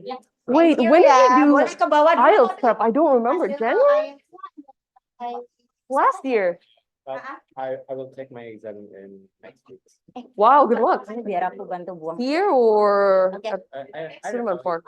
between here or I'm not gonna lie. You did offline, right? Like you were in an offline class, right? Face to face? Yeah. Saturday or Tuesday morning? Or evening? in It's been a Bukan while. Q&A bukan. Yeah. my RG, Saturday class, right? the Were host you has there as well? disabled attend the chat. Oh, Oh, okay. RG and Zalfa, could you please share your number? Share your number here. at Sudirman Park? Mati Who itu. with? Uh-huh. Uh-huh. Uh-huh. Nice. you move here now. No. I was asked. Yeah. Sini sebentar. Like sometimes I do things here. So you stay Yeah. Okay. Here? Yes, No. Zalfa. You can put So your test number next here week? and with your name. RG, Oh, can you do the same? congratulations. Okay, wait. Okay, so, but next week is only your 4th class. Yes, actually, but I'm not confident enough, so I think that I might need to take a second class maybe later. Okay. So I'm just preparing myself because I never study IELTS before. Okay, thank you, RG. Are you going to continue with the Saturday? class already or- oh, okay. wrote down your name. If Also, not, like I was thank you. thinking, Oh, like, Zalfa. can you ask maybe to like move to another class just so you can, but like if you're planning to complete the class anyway, it's fine. Yeah. Not you for sure, because I taught you. Oh, okay. Yeah, it cannot be a teacher. Yeah. And now that I've seen you and I've taught you. Okay, Zalfa and RG, Good luck, I guys. already wrote down That's- your name and your number. Please wait for our further confirmation. We will send the merchandise to your address. Are you going So make to- sure when we ask you, put your full Thank you. address with the postcode. Nice. Exactly. Okay. Thank you so much. Have you sent your applications or not yet? Thank you, RG. Okay. Thank you, Zalfa. Our company have a development program, so we like get the IELTS course, demand course, and the development program with the preparation to build our CV. Thank you. That's a great question for you all. Super cool, actually. Hope tons of luck for your Yeah. personal statement. Yeah. Since we to get in secondary university next year. So what month is this now? December 2025. You have a while. You have a while. This is definitely enough time because. Oh.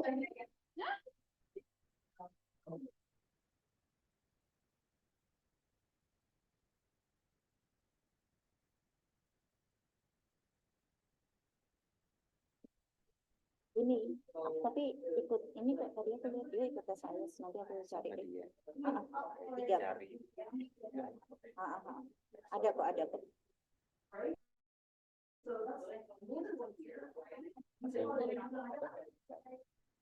Ya ada sih.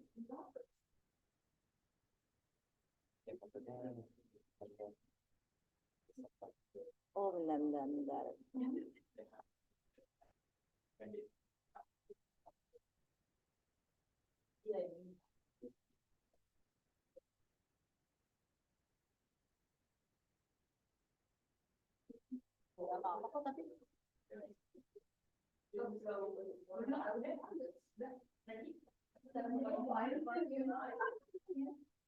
Move a little bit here, someone to have it.